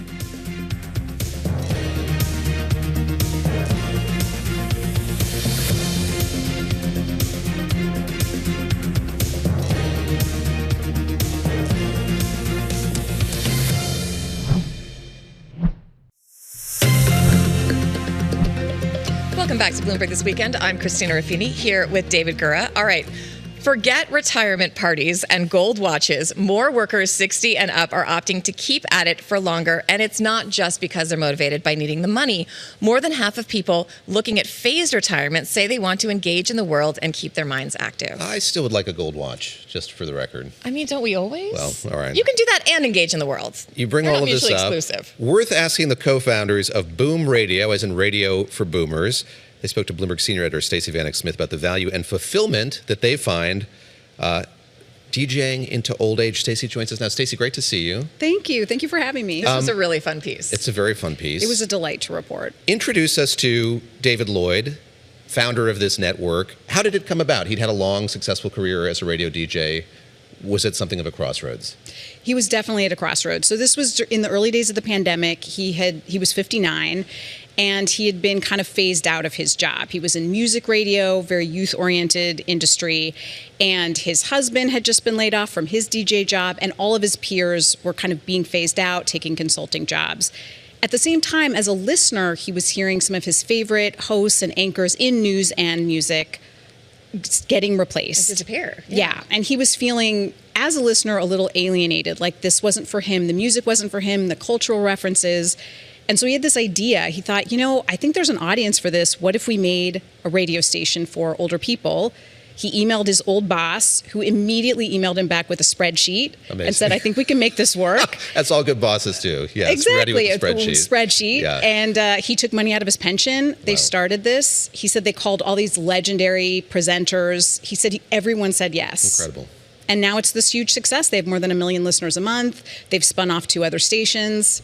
It's a really inspiring story. But this is part of a larger issue of people just not wanting to disappear, because when this retirement age idea was set people were living, just at an age of 43? I mean, that's just not the case. And 20 years is not only a long time not to make money, but it's a long time not to be engaging with anybody. I think we've got a cool little graphic from your piece also about the graying populations around the world. Obviously, it's always a story that Japan has an aging population, but Europe is catching up and the U.S. is not far behind. So what are, our companies, our corporations, are people starting to understand, I think you call it phased retirement? Talk to us about what that is. The U.S. is a little bit behind in this. Countries like Singapore and Japan, as you mentioned, are much more ahead of the curve in addressing this. In the U.S., though, there are some companies who are kind of starting to sort of understand that the population is aging. One of the interesting company, Microsoft, is doing something interesting. So they have kind of a phased situation where when you're ready to retire, you can go from full-time to part-time, but keep your full benefits. Which is huge. Yeah. And then people can kind of mentor younger workers, create space for them, engage in teams, and still contribute and be active, but have some more freedom. I think about this I was raised in a university town. This is really a facet of academia. The professors talk about phased retirement. It has been something that's been available to them for a long time. What was the catalyst to this becoming more common in corporate America, corporations more globally? Was it recognition of the demographics? Was it agitation by workers who perhaps wanted to stay longer, maybe not do as much as they were doing? How did it come about? How did this become more of a zeitgeisty thing than it had been? I think just practically speaking, because there are older workers and because we are aging as a population. So it becomes harder to always want younger workers when it's harder to find workers, full stop. Yeah, there has to be an acknowledgement of the need for that. I think you mentioned CVS as a company that's kind of identifying older workers who could do some of the pharmacy-related jobs. Yes, and I was we have a clinic here at Bloomberg, and the doctor here was telling me that she'd been a New York public health worker for years. She didn't want to do that level of work anymore, but she wanted to still work. So now she works in, a couple days a week at a health clinic in an office building. So there's just broader response to these labor market trends that we've been talking about for a long time now. Yeah, absolutely. And I think we're going to see more and more of this because our population is aging. We are peak 65 right now. So there are thousands of people turning 65 around the world every day. And our median age is rising all the time. So companies are going to need to find ways to adapt to older workers. Also, older workers have a lot of experience and knowledge that's very, very valuable. Boom Radio, as you say, a success. I mean, as these guys who founded it talk about it, was the aspiration for it to be more of a hobby? Are they at all astonished at how big it's grown and now that they're making money off of it? It's become I thought there was an audience for it. Yeah. They were astonished. Yes, David Lloyd said, none of us can quite believe how big this has become. And he said, he's working 7 days a week. He says he wants to pull his hair out sometimes. But he said, and I quote, I've thought about this quote a lot. He said, this is by far the most fulfilling, beautiful thing I've ever done in my entire life. And if I die tomorrow, I'll feel like I've done it. And that quote has really stayed with me because it's very inspiring to hear someone seeing that level of fulfillment. He said, this is the radio station we spent our entire careers getting ready to run. And it just seemed like a really beautiful example of someone using all the experience they had to create something new and really fulfilling. That's amazing, because why can't you create something new at 50? Why isn't it just as exciting and new in the last 30 years of your life as it is the first 30 years of your life? I thought the whole thing was incredibly inspiring, and it seems like it's going to stick with you. Oh, absolutely. And also, we're living longer, we're healthier. Yeah. There's no reason why we shouldn't also keep working and living and traveling and doing all of those things. Stacey Vanek Smith, thank you so much for joining us and for this excellent piece. I highly recommend everybody goes and reads it. Stacey and I have been talking about retirement for a long time at a variety of jobs. Now That's here at Bloomberg, true. We're able to talk about the prospects here as well. But we're at Marketplace. Please don't retire yet. I need you to get us a break. No plans to do so as well. I mean, I'm focused on that gold watch. Still, don't do away with that. We need those totems. We need that acknowledgement. I got it. Okay, very good. All right, we're coming up on the 9 a.m. hour here in New York. In our next hour, we're going to hear from the ambassador of Cuba to the UN. The next hour of Bloomberg This Weekend starts right now.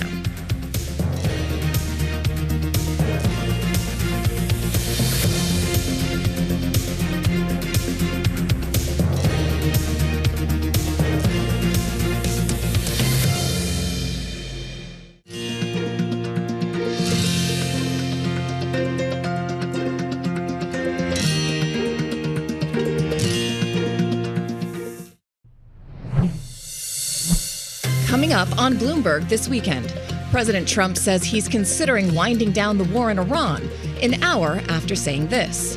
I don't want to do a ceasefire. You know, you don't do a ceasefire when you're literally obliterating the other side. The latest on American troop movements. Plus, stocks are at a 6-month low. Gas prices continue to climb, and now the U.S. pauses some sanctions on Iranian oil. Is very temporary to basically defeat the Iranian strategy of driving energy prices so high. Will it achieve that goal, or will it help the Iranian regime? Plus, Project Hail Mary shoots for the stars with a big opening weekend. Did you visualize Ryland being as hot as Ryan Gosling? I did not. Okay. We talked to the author of the book behind the blockbuster. Welcome to Bloomberg This Weekend, live from Bloomberg's World Headquarters here in New York. I'm David Gura. I'm Christina Ruffini. We're here with Lisa Mateo. It is Saturday, March 21st, and we've got a lot of news this week, but we are going to pivot a little bit in this hour to cover some different parts of the world. David, you had a very good interview this week, and we're going to focus, of course, we're going to still talk about Iran, but also on what's happening in South and Central America. Yes, the administration's still talking about Cuba, the prospects of there being leadership change on that island nation. I sat down with the Cuban ambassador to the United Nations and talked about how they would respond to any kind of incursion by the U.S. So we'll bring you that conversation here in just a few minutes. But before that, let's get to the headlines with Lisa Mateo. Lisa? You got it. And U.S. Central Command said it took out Iran's facilities, and that was threatening the Strait of Hormuz. Also remain zeroed in on dismantling Iran's decades-old threat to the free flow of commerce throughout the Strait of Hormuz. For example, earlier this week, we dropped multiple 5,000-pound bombs on an underground facility located along Iran's coastline. That was CENTCOM Commander Brad Cooper. It was a video that was posted to X. Now, this comes after President Trump posted yesterday that he was considering winding down the U.S. military efforts against Iran. Here's that post. He said the U.S. was close to achieving its objectives. His comments came shortly after he kept the door open to deploying ground troops and ruled out a ceasefire. The president spoke to reporters outside the White House yesterday. I don't want to do a ceasefire. You know, you don't do a ceasefire when you're literally obliterating the other side. They don't have a Navy. They don't have an Air Force. They don't have any equipment. They don't have any spotters. They don't have anti-aircraft. They don't have radar. And their leaders have all been killed at every level. We're not looking to do that. Now, his comments come as the Pentagon has asked for an additional $200 billion from Congress to pay for the war. Meanwhile, action in the Middle East, it continues. The Israeli army said it was striking targets into Iran and had detected missiles launched from Iran, which continued to launch retaliatory strikes at Gulf Arab neighbors. The conflict roiled financial markets, also sending energy prices soaring. Global benchmark Brent, it closed yesterday above $112 a barrel. Now, that prompted the U.S. Treasury to take an extraordinary step of unsanctioning some Iranian oil that has been loaded onto tankers. That follows similar moves for Russian oil on the water. For now, the bulk of Iran's oil is bought by Chinese customers. In other news, more than 230 people rescued. Heavy rains pummeled the Hawaiian island of Oahu, triggered the worst flooding the island has seen in 20 years. Evacuation orders have been issued. Thousands of residents in towns just north of Honolulu. Officials warning the possible failure of a 120-year-old dam. Governor Josh Green, he said damage could top $1 billion. That includes things like damage to the airports, a major hospital that's been damaged on Maui, which we'll talk about, lots of damage at schools, roads, and then, of course, the innumerable events that have happened at people's homes where they've lost structure and it will have to be repaired. And now more of the bad news. The rain is expected to continue today and through the rest of the weekend. The White House, though, David and Christina, they do say they are stepping in to help. Help is on the way. All right, yes. Very good. Lisa, thank you very much. Thanks, Lisa Mateo there with those headlines. Let's get everybody up to speed on sort of what's been happening in the Middle East over the last 12 hours. We saw Iran targeting Diego Garcia. That's a joint U.S.-UK base in the Indian Ocean. Iran using ballistic missiles to do that, but there are reports that those missiles did not reach that base. Despite all of that, as we mentioned just a few minutes ago, the commander of CENTCOM, Admiral Brad Cooper, posted a video on social media this morning, about an hour ago, saying that Iran has lost significant combat capability over the past 3 weeks. Let's go to Wendy Benjaminson once again. She's our senior editor based in Washington, D.C. And Wendy, you watched that video as we did. Walk us through the update that we got there and talk about how that's informing or shaping the administration's tack toward Iran, broader Middle East here, going into this Saturday. Sure, David, thanks. I mean, first of all, I want to say that is video of an event that happened earlier this week. So they're getting around to announcing it.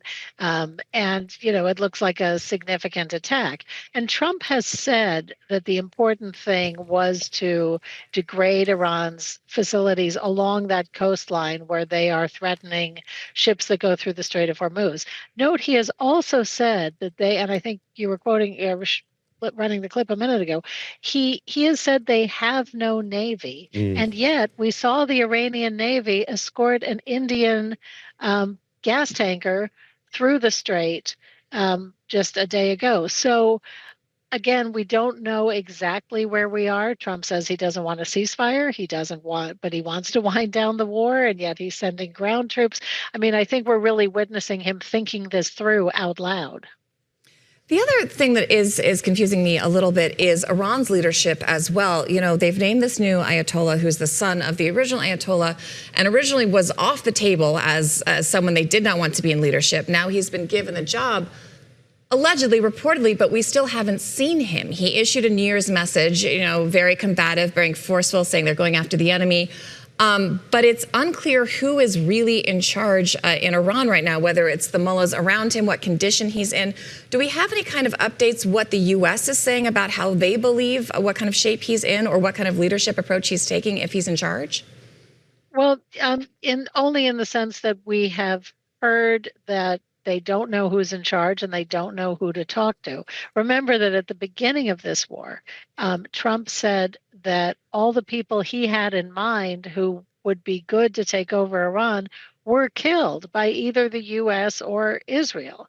And so, he doesn't have any contacts in the government anymore. And you're right. Pete Hegseth has said that the new Ayatollah Khamenei has been was badly wounded in the attack that took out his father, his wife, and his brother-in-law. So he may be not ready. He may be in the hospital. We don't know. He might be just not ready to be on TV, yet, or in a video message, or to be seen. So it's a real black hole. We don't know what's going on. Huge open question. We've heard from the foreign minister, but as you point out, Christina, very few people besides that from Iran's leadership structure talking about any of this. No, we've seen some alleged aliases of IRGC commanders and naval commanders pop up on Twitter, but those are really hard to confirm, obviously. And the rhetoric is all kind of similar. It's not specific, and it's things we've heard from the regime as well. Wendy, we're going to have to leave it there for now. Thank you so much for joining us again. That's Wendy Benjaminson there in our Washington bureau. All right, it is week 3 of the war in Iran, but President Trump is now, as we just mentioned, possibly setting his sights on a new goal abroad, and that's taking Cuba. Cuban president has acknowledged talks with the Trump administration are ongoing as it feels pressure from an oil blockade and a power blackout. Earlier this week, I sat down with Ernesto Soberón Guzmán. He is Cuba's ambassador to the United Nations, and we talked about Havana's position toward U.S. talks. Take a listen. President Trump said, quote, "I do believe I will be having the honor of taking Cuba." I do believe I'll be having the honor of taking Cuba.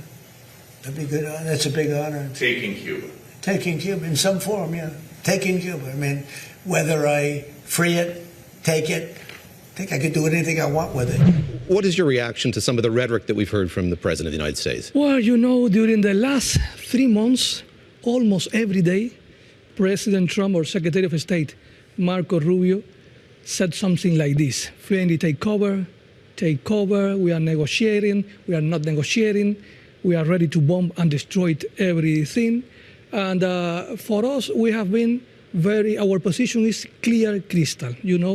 Our president announced last Friday that we recently started a dialogue between officials of the Cuban government and officials of the U.S. government based on equal footing, respect of sovereignty, respect of independence, and respect of not interference in internal affairs. At this moment, what is the best outcome for you, for Cuba, from those talks? What do you hope comes out of it? As we also said, we are as part of this dialogue, we are identifying the main issues where we have difference. So once we identify those issues, we are in a position to find solutions for those different.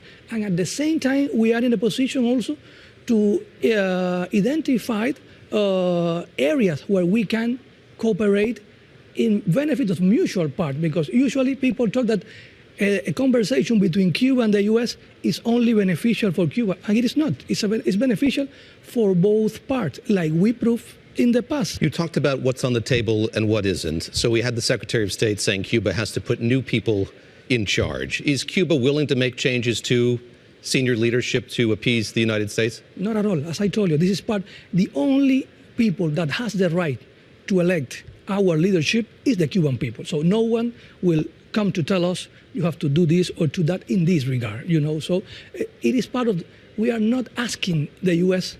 that they have to change their leadership. So it's an issue of independence, we are an independent country and no one can tell us what we can do in this regard. This is something that we have to get by ourselves.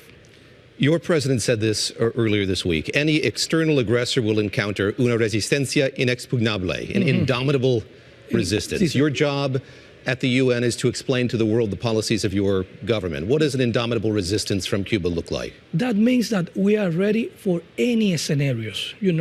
We really want to have this dialogue. It is not a new position of the Cuban government. It is a very long-standing position of the Cuban government that we consider that the best option for both parts is to have a different kind of relation, So, and we are open to talk about everything. We are not telling that we can talk about everything based on what I told you. Not interfere in internal affairs, but if you want to talk about human rights, we are ready to talk about human rights. The U.S. government has concern about human rights in Cuba. Okay, we have concern also about human rights in the U.S. Something happens in Minnesota or in some other area, so we can talk about this. If you want to talk about democracy, we are ready to talk about democracy also with the U.S. government, But so this is our position. But at the same time, we are ready for some other scenarios because we suffer aggression from the U.S. government in the past, so we know about that, and we have to be ready for it. So when the president said that, that means that we are ready to talk. This is our main position. But if someone try to invade Cuba, or if someone try to make an aggression to Cuba, they will find the whole people, 10 million people, ready to defend our sovereignty, our independence. Let's talk a bit about the oil blockade that's been in place. The last shipment that you got of oil was in January. That came from Mexico. Before that, in December, you got a shipment from Venezuela. Of course, circumstances have changed. You used to rely on 25,000 barrels a day from Venezuela. That's gone. What has the impact of that, the oil blockade imposed by the United States, been on the country of Cuba over these last couple of months? It has a huge impact. The first question here is, the government of the U.S. has the right to impose a blockade like this? Do they have the right to set third countries that they can sell or not oil to Cuba? I think that they have not this right, and this is not. They are violating the international law, the international humanitarian law, the Charter of the UN, the rules of the foreign trade. So we have 96,000 people that are waiting for a surgery because we don't have electricity or oil to have electricity in the hospital. Around 11,000 of them children. We have more than 30,000 women, pregnant women, waiting for an ultrasound because also lack of electricity. But you need electricity to produce food. You need electricity to pump water. You need electricity for food transportation, to transport people. You need electricity for almost everything. So here, David, we are looking a collective punishment to a whole country just because another country, they want to change the government of Cuba. Who do you count as a close friend of Cuba at this moment when there is so much scrutiny of the island country by the United States? Well, as an ambassador at the UN, I can tell you that we count with the support of the majority of the countries all over around the world. You're hearing that from other ambassadors? Not only here. We have a statement of the G77 and China condemning this policy. G77 and China is the largest group of member states in the UN, 134 countries. Are you disappointed China isn't doing more? They're sending solar equipment, for instance, but do you wish that they would take a stronger stand? Not at all. We have been receiving political support for the majority of the country, but at the same time, we have receiving some other support from many countries. You mentioned China, Vietnam, Mexico, Russia, Brazil, Chile, the Caribbean countries. The UN system is also working now to try to implement this when a country offer some kind of aid. They are trying to be like a bridge. What is your message to the American people at this moment as we hear, again, the president making bellicose statements from the White House? What would you say to American people who are watching this and hearing from the administration that things are bound to change in Cuba in the near term? Well, yesterday I read a poll that said that only 28% of the American people support this kind of policy of their government towards Cuba. So I will say to the rest, the 72% that doesn't support this policy, that please continues pushing, continues raising your voice in favor of a different kind of relation between Cuba and the U.S. It is possible and it is beneficial for both parties. Lastly, what gives you optimism that this will be resolved? How grave is this moment, and what gives you optimism that this is going to resolve itself in a way that will be peaceable? Because this is not the first time that we face a situation like this. We have been, unfortunately, we have been facing this kind of policy for many years. I lost the count of how many presidents of the U.S. tried to change the government in Cuba, and we are still here. And as I told you, for us, there is only one option: resist and to keep and to prove that it is possible to be different. We are not better, we are not worse than the U.S. government or than the U.S. people. We are just different people. We just want to try to build our own future from our own perspective. Nice interview. Thank you. Yeah, fascinating to talk to him as we hear all this rhetoric from the administration. I asked who he was talking to, who Cuba is talking to on the U.S. side. He said he didn't know, and that wasn't important. Well, from Cuba to Venezuela and the Middle East, President Trump is expanding the U.S. influence around the world. What is the strategy and at what cost? That's ahead straight here on Bloomberg This Weekend.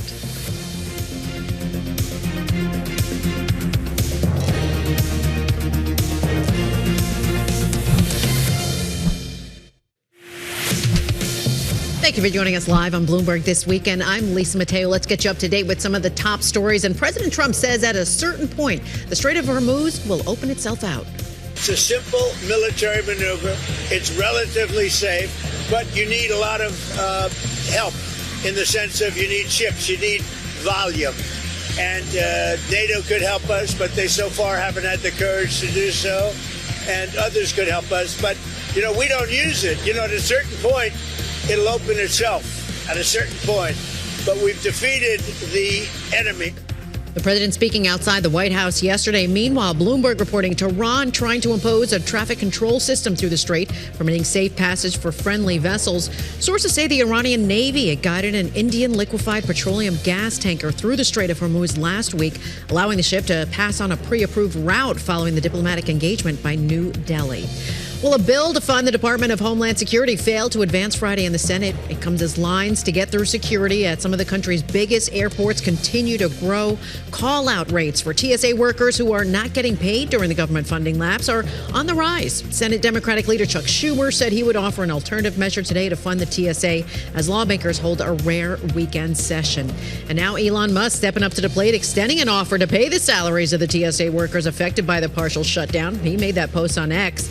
But Musk Musk also in the headlines for some legal trouble. A jury says he misled Twitter investors before his $44 billion acquisition of the company in 2022. Now, jurors found that Musk defrauded shareholders when he tweeted that the social media network, which is now called X, had too many fake accounts and tried to back out of the deal. The jury rejected 2 of those 4 fraud claims.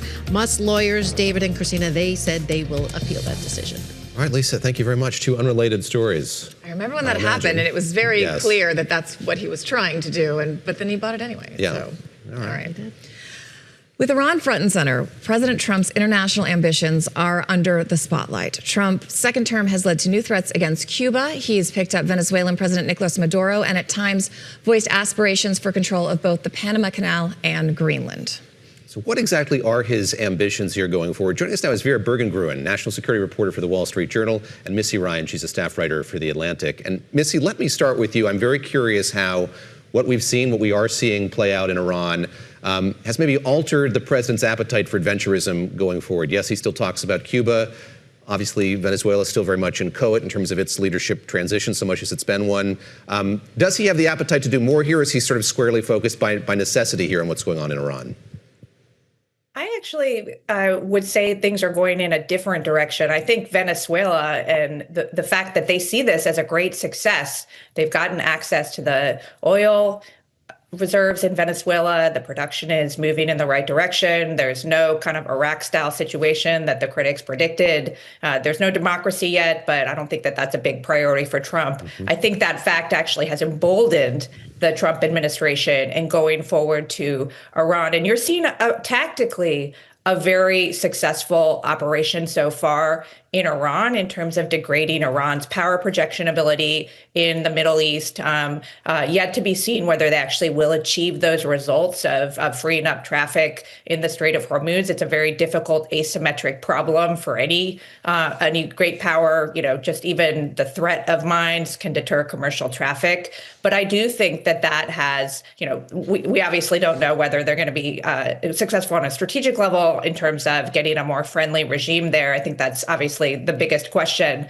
But I do think that he thinks it's going well. And I think it also has implications for Cuba. I think that they are riding high. President Trump is very confident in his foreign policy instincts and his ability to impose his will on the world stage in a way that we did not see in the first term. And I think that's going to be brought to bear in Cuba. And Cuba, I think, is a very different problem. In some ways, it's such, the country is so weakened economically and politically isolated that they actually have, they feel like they have a good chance, I think, of achieving a favorable outcome without having to use the military there. That's interesting. Vera, I was going to ask your take on that as well, because, Cuba was obviously a client state of the Soviet Union. They need other supporters now. That one of those supporters was Venezuela. That is, the operation there has had huge impacts on both the power and electrical grids. What has that done for the political structure in Havana? Do you agree with Missy that they're looking at this and thinking now is the time to make a deal, not have a fight with the United States? In a way, yes, but I do think what they consider a deal looks completely different from, I think, what Trump considers a deal. I mean, again, as Missy laid out really well, it's not Venezuela, and they have had such success there in installing basically like a pliant insider they can work through, because they don't really want to commit a huge, they want obviously U.S., people on the ground. They don't want to commit to a costly democracy building or nation building exercise.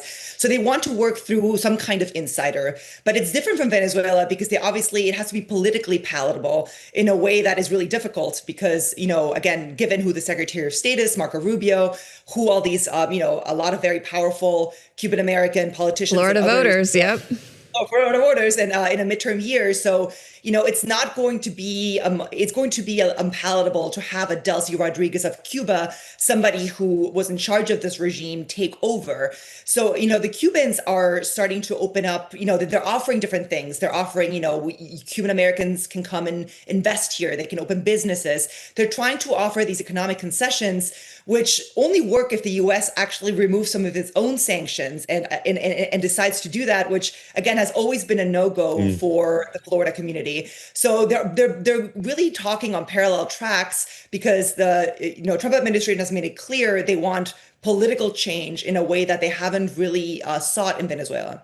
Missy, let me pick up on this. So I sat down with Cuba's ambassador to the UN, and there was almost a wistfulness to the way that he talked about that 1 year or year and a half of openness, or relative openness they had when President Obama was in office. I was there that year. It was, Havana was lovely. Many went. And I'm curious, Missy, sort of how you think about that moment, how you think about the Obama administration's approach to Iran in the context of what we've seen unfold over these last few weeks, and indeed what might happen here in the weeks ahead. There was this effort by that administration to pursue a different track, one indeed of more openness, or at least of more communication. Vis-a-vis Iran? Yes, Cuba and Iran both, I think. Yeah, so I mean, there was a moment where it seemed like there could be a diplomatic solution in Iran. You know, there are reports that the UK actually judged that it was an adequate deal that was on the table, where, you know, Steve Witkoff and Jared Kushner were there at the 11th hour. I don't think that ultimately that was a real possibility for this administration. President Trump, I think it was pretty clear that he had made up his mind that there was going to have to be a big military reckoning, which is what we're seeing here. And that has to do with, you know, the mistrust that he had about the trustworthiness of the Iranian regime, and I think the view which Israel shared, and, you know, obviously Netanyahu was in constant discussion with Trump as he considered his options here, that an empowered Iran, an Iran with ballistic missile capability, with these proxies throughout the Middle East, was never going to be, kind of a safe neighbor, even if there was a relatively satisfactory deal. So I think that in that case, there wasn't really a chance there. And, you know, when it comes to Cuba, I agree with Vera 100%. Like, the politics of this are very difficult, especially for Marco Rubio. Trump presumably is not going to have to face voters ever again, but Rubio has presidential ambitions, and given his ties to the Cuban American community, it is a much more difficult scenario. I think that Trump probably would be fine with a Delcy Rodriguez situation, and that is not going to fly with the Cuban American voters who any Republican nominee is going to have to face in the future. Missy, speaking of situations, are you getting back into the Pentagon? Are you getting reissued your press passes? We've got these courts saying that that was not done correctly, and those constraints can't be placed on reporters. For it. Big news yesterday. The judge really sided with the New York Times in its lawsuit, a very successful outcome there for the New York Times and for the Pentagon Press Corps, saying that the restrictions were unconstitutional, that violated the First and Fifth Amendment rights of the reporters. So the Pentagon has said it's going to appeal. So we don't know whether they will kind of go to the mat on appeal, or whether they will try to revise the agreement that we all had to sign up to get and retain our press passes. So TBD, but I think, obviously we're very pleased to see that outcome. And we think that it's an important thing for the media to be able to be there and tell the story of the service members and what's happening with this, taxpayer dollars that are being used, and American lives that are being put in play here. It's an important responsibility that we have. Vera, in the time we have left, I'd love for you to talk quickly about a piece that you had this week, which was really extraordinary, and that was sort of laying out the connection between a Chevron executive and the Central Intelligence Agency in the run-up to what happened in Venezuela now a couple of months ago. Give us the précis, if you would, sort of what you found out about the role that private sector individual played in sort of shaping the way that the U.S. approached this. That's right. I think it's actually it's just a great example through the story of one person that illustrates everything that Missy and I have been laying out, because we investigated Ali Moshiri. He's a former Chevron executive in Latin America who ended up being, as they say, an old friend of the CIA, and was able to, there's different words, they deny parts of it, give advice, give them some information, help them sound out what the situation in Venezuela was, given that the U.S. just didn't really have a clear picture on the ground, because they didn't have an embassy. They had been kicked out a long time ago. So, they relied on this very powerful U.S. company that was the only U.S. oil company that was in Venezuela to kind of give them a read on the people around Maduro, who he trusted, who he didn't trust. And he had quite a bit of input in that CIA assessment that we know was briefed to Trump that said that Delcy Rodriguez would be best placed to basically keep the country Instead stable. of Nobel laureate Maria Machado, who had done a lot to try to court President Trump, this was kind of shocking. That's right. And, many people will say that, I think in general, there is agreement that you couldn't just turn the country wholesale over to the opposition this way.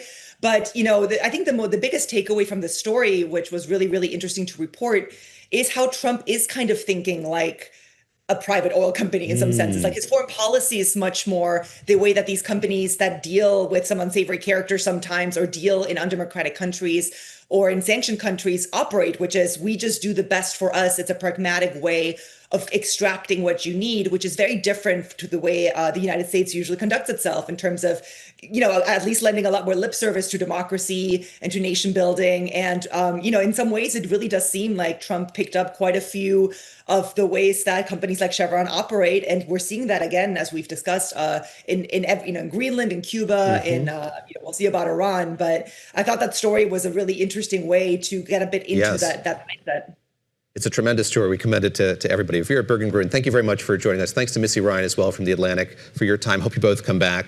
Great to talk to you about, again, this new Missy, spirit of adventurism that we're seeing from President Trump. All right, you and Lisa have given me a bit of a hard time because I don't watch the basketball. Occasionally. But neither of us had seen any of the Best Picture nominees. But there is one movie I will be going to see, and that is Project Hail Mary. It's a blockbuster film hitting theaters this weekend. It's starring Ryan Gosling, and we interviewed the man who wrote the book that it's based on. That's next on Bloomberg This Weekend.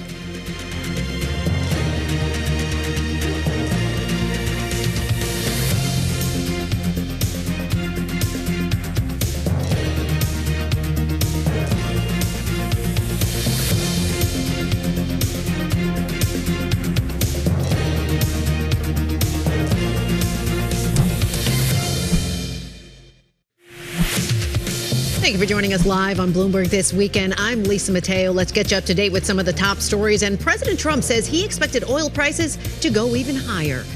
I expected worse, actually. I thought that oil prices would go much higher when I did this. Well, the president speaking outside the White House yesterday. The conflict has sent energy prices soaring. Brent crude closed yesterday above $112 a barrel. Now, that's prompted the U.S. to allow the sale of Iranian oil and petrochemical products that have been loaded onto tankers. And the first oil from President Trump's planned 172 million barrel emergency release set to start flowing soon. According to a document from the U.S. Energy Department, roughly 45 million barrels are being released from the U.S. Strategic Petroleum Reserve. But the price of gas still has many consumers squeezed. In an effort to release some of the pain at the pump, Georgia suspended its gas tax for 60 days. Governor Brian Kemp, he signed 2 bills to make it happen. The gas tax in Georgia, currently about 33 cents per gallon, around 37 cents for diesel. So if drivers put about $10 worth of gas into their car, they'd be saving around $3 with that suspension.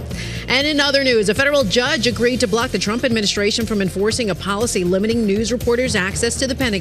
The New York Times sued the Pentagon and Defense Secretary Pete Hegseth in December, claiming that credentialing policy, well, it violates journalists' constitutional rights to free speech and also due process. David and Christina, Missy Ryan, just talking about that. Talking about that. Yeah. She, among many reporters, I think very happy with and very happy that Julian Barnes and the Times brought that suit. And again, we'll see sort of where it goes from here, but certainly a big development for those reporters who are really kicked out. I mean, we have the video of them walking out of the halls. And folks have been there for just absolutely decades. I mean, the CBS booth, the AP. Capaccio, Exactly. Did you ever have a DOD pass? I never did. I never did either. That was a coveted thing and a very tight press corps. Yes, it's very hard to get. That was the one I didn't have. All right, on a slightly more cheerful topic.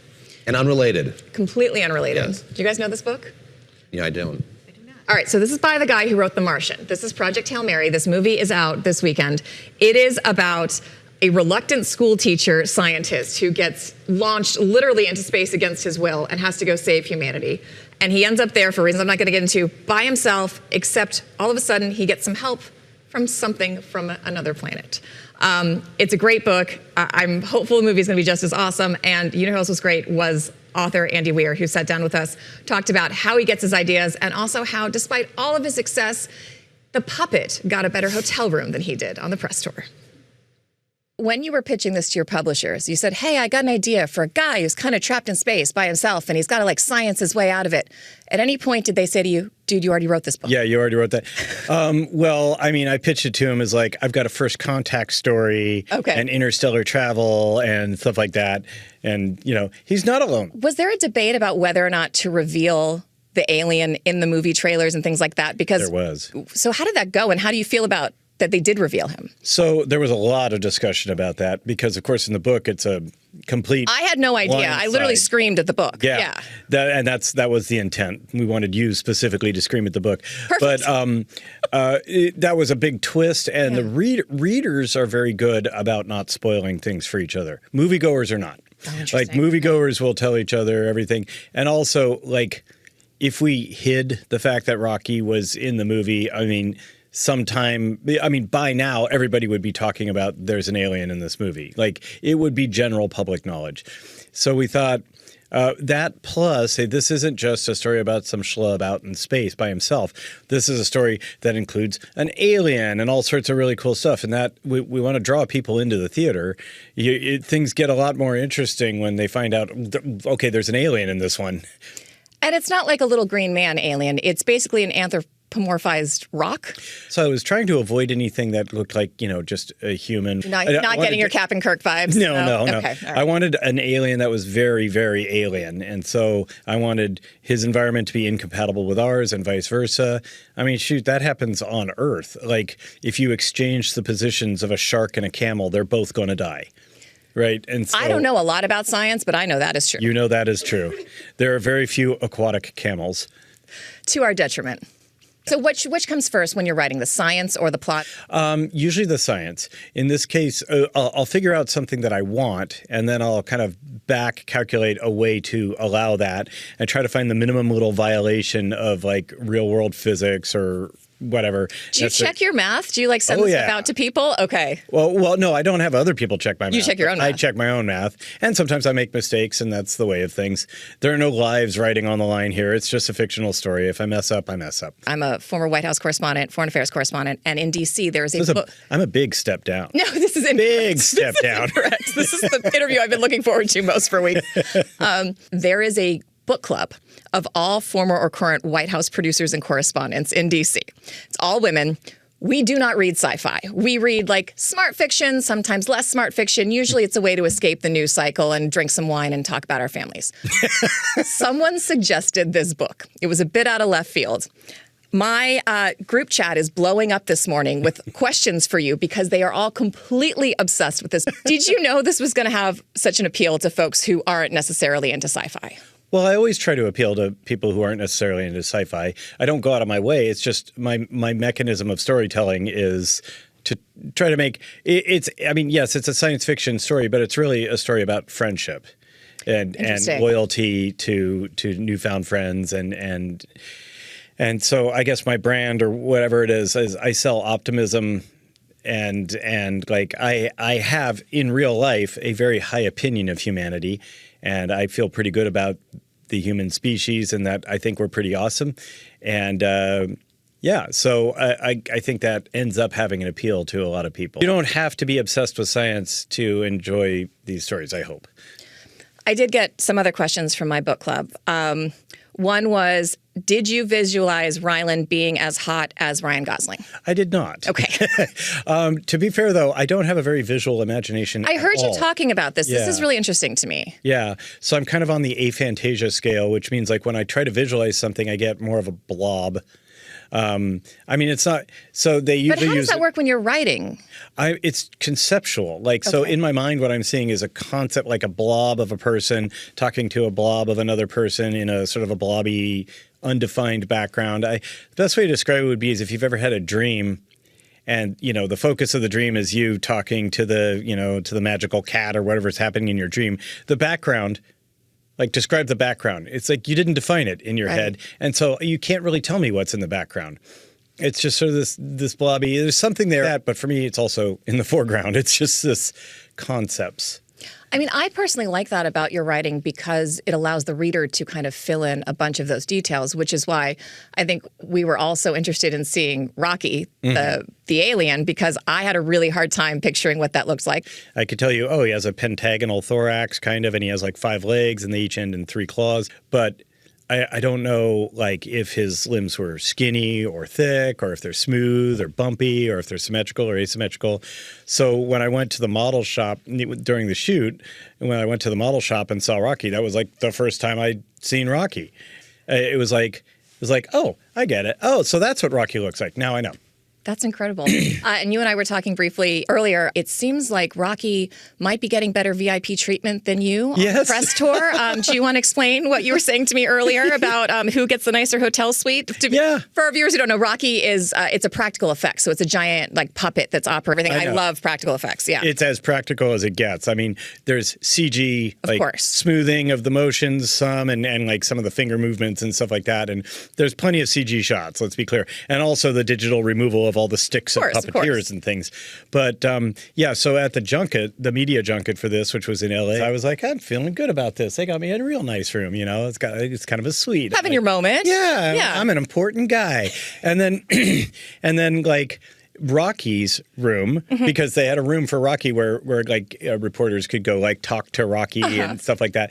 Rocky got the presidential suite on the top floor. It's a penthouse. So I go up to Rocky's room and he's got a grand piano in his room, stuff like that. And I mean, the reason is because they really wanted high security around that puppet. It's an irreplaceable prop. It's they just didn't want you feeling too good about yourself. Yeah, I know. Big climactic career moment. Yeah, and Rocky gets the presidential suite. I just thought that was funny. Finally, you said you're optimistic about the human race. And one of the things that I also read The Martian, love The Martian. One of the things that I think was so interesting about this book is initially your main character is kind of a weenie. He doesn't want to do the thing. They make him do the thing. And the arc of his personal growth over time in the book is quite incredible and redeeming. Is that kind of what you're hoping for the rest of us? There's no deeper meaning. I just wanted to. So I'm always trying to work on my character depth, complexity, and nuance because I think that's my weakest part of writing. I'm good at the science. I think I'm good at coming up with interesting and compelling plots, but it's my characters that I really need to like level up on. But I would argue that's where this book really stands out. Thank you, because that's I put a lot of work into it, so I appreciate it. And so I wanted to have a flawed but likable character, and I think we've all felt that way before. We've all felt like scared, overwhelmed, and underqualified. I mean, every day, man, every day. As a writer, that's your whole life. I mean, give a man a book, you entertain him for a night. Teach a man to write, you give him crippling self-doubt for life. Oh God, that's so true. So I wanted to make him relatable, and then he has a redemption arc, and so that was deliberate. Thank you. I'm glad it landed. Anything else you want to add about humanity, space? I'm a fan of both. Love that. Fan of both. He was absolutely lovely. He also helped me torture my brother, who's a huge fan, made a video saying that we were hanging out without him and we were best friends. Listen, I know we don't have a lot of time. We're very busy people. But listening to this audiobook is also an incredible experience. It's award-winning, and there's a musical element with the way the alien speaks. It's on the page, it's written in musical notes, but in the audiobook, they play it out, which is kind of cool. I'm not a sci-fi fan, but I think you might have reeled me in on this one. Sold her. I get you. I'm telling you. I'm not a sci-fi person either, but it's a very human story. And as he says, he was trying very hard to make it something that appealed to Have you seen the movie yet? No. I haven't. My question is, you read The Martian and saw the film treatment. What was that like for you? I mean, are you excited about the prospect of a movie being made from this? Do you feel... It's really interesting because there's such complex books and he does so much science in them, and you just kind of have to take it for granted. Like, okay, yeah, that's a thing that happens if this thing in fusion and, science. Is my phone still going? Apparently my phone is still going. All right, control room is telling me. Apologies, everyone. I just wanted to torture my brother on television as much as possible.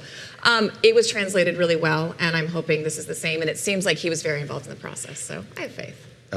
It's delightful. He seems like a delightful person to talk to. He was really, really lovely. He's from Chicago. He just seemed thrilled with the prospect of everything. I know those press junkets can be really exhausting. Yes. And he had a really great personality, and hopefully we can get him on set. And he's written other books that didn't get published. I mean, this was like a so he said he wrote The Martian, which was hugely successful and adapted to Matt Damon, but he said he also wrote 2 books that went absolutely nowhere. They were both soundly rejected by publishers. And I said, you kept going? And he's like, yeah, I really wanted to do this. And then The Martian was his third book and was obviously a huge hit. Is he working on another one? Like right now? I think he's always working. Of course he is. He says he starts with the science and gets an idea and then kind of crafts the story around from there. So we'll see what's next. All right. I think what's next is Lisa. Oh, and Pointed, as I look at my watch. Yes, it is that time. The news quiz for risk takers. Yes, you guys. You're ready for it. I'm ready. We have the categories. I'm very nervous this week, Lisa. You're very nervous. Don't be nervous. Explain once again, just because my memory is short, and perhaps the audience's as well, what we're going to be doing here. So this is Pointed. Okay, so you each have 30 chips in front of you. Yes. Okay, Christina has 30, David has 30. Yeah. I'm going to propose a question. There are 3 categories. Okay, you have to bet your wagers based on those categories. The confidence that I have in my knowledge of those categories. Correct. Okay. So if you feel really good about that first category, I don't know if you want to bet at all, but she knows be a how little bit badly I heavier on performed that over the side. last 2 weeks. Well, but now I'm scared because I overheard our producer working on this, and he was like, "Oh, these are all too easy or really, really hard. We can't make them too easy." And I was like, "Well, don't make them that hard." So I don't know. I'm shook. Let's see how it goes. She's shook. Shook it. She's What shook. are the categories? There we Lisa? go for the categories. All right, Yes. so let's get right to What's it. the big reveal? Categories are diplomacy. That is the first one. all right. Then Oh, well, that's going to be embarrassing. Bankruptcy is number 2, and Oscars is number 3. All right. So he's going I'm heavy going all on in which on the one? Oscars, despite not You're going having really seen. all on the I saw a movie.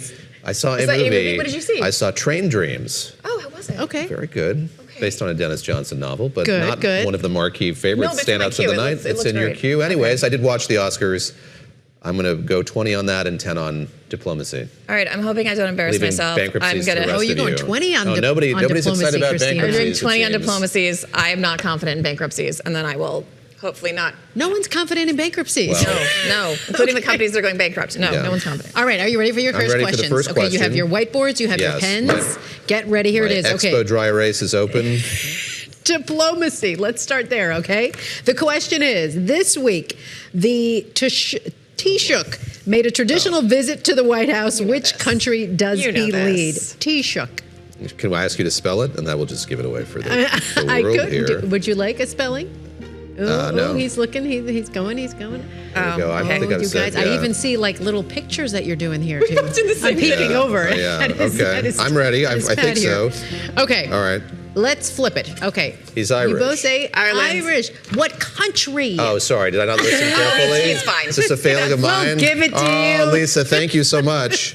I know that I'm that could have gonna been give it to you. overruled on a technicality. All right. So Christina keeps her 20. David do. keeps her 10. We should have said who had the better Shamrock illustration. I think they were both not good. For our radio listeners, you did not miss But he much. is, yes. The Okay. Prime Minister of Ireland called the Taoiseach. He met with President Trump, Yeah. St. Patrick's A Day. bowl of shamrocks was They did. The given. meeting was okay.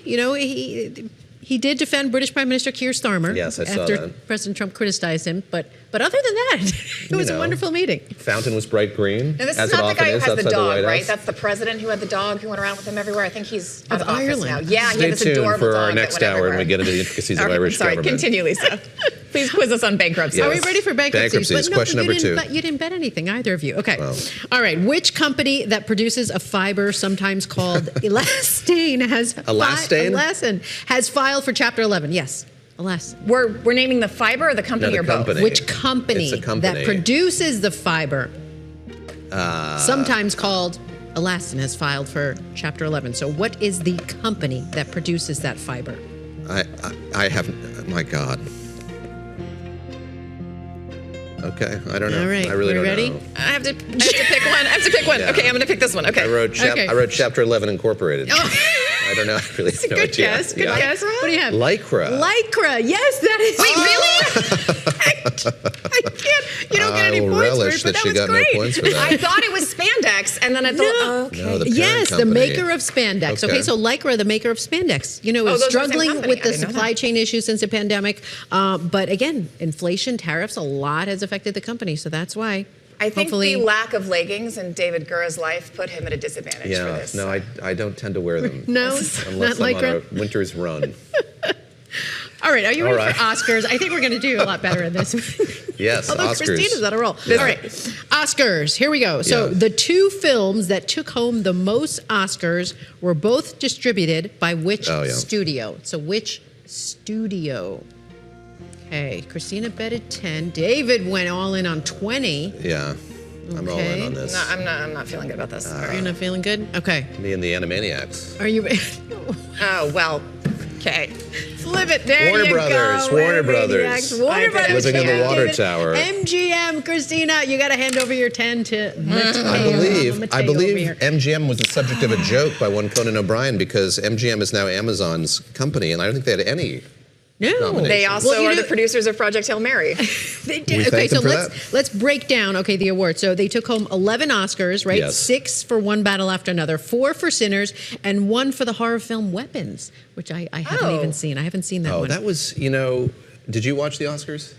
Oh, I did. Yeah. No. Okay. Anyways, I there was watched a whole pieces of it, send-up of it, but anyways, I With the haven't seen character from either. Weapons, Yes, yeah, because then she won. Yeah. Anyway, all right. All right. Is there a bonus? David, you're ahead. I Wait, know. hold on. Oh, 10. Oh, 2020. Wait, okay. Are we? No, I've you've got 30. This You is stacked 30. them I just all on wanted to top of stack each them other. all there because Okay, we're you're here for the trying to bonus confuse me. round. No. All right, he's got 30. Christina's got 20. We're going to go for the bonus. All right, here we go. Okay, bonus. ready? 90 seconds. Let's go for the I'm bonus. going to lose And my it winning is- streak. This is very upsetting. Okay, here we go.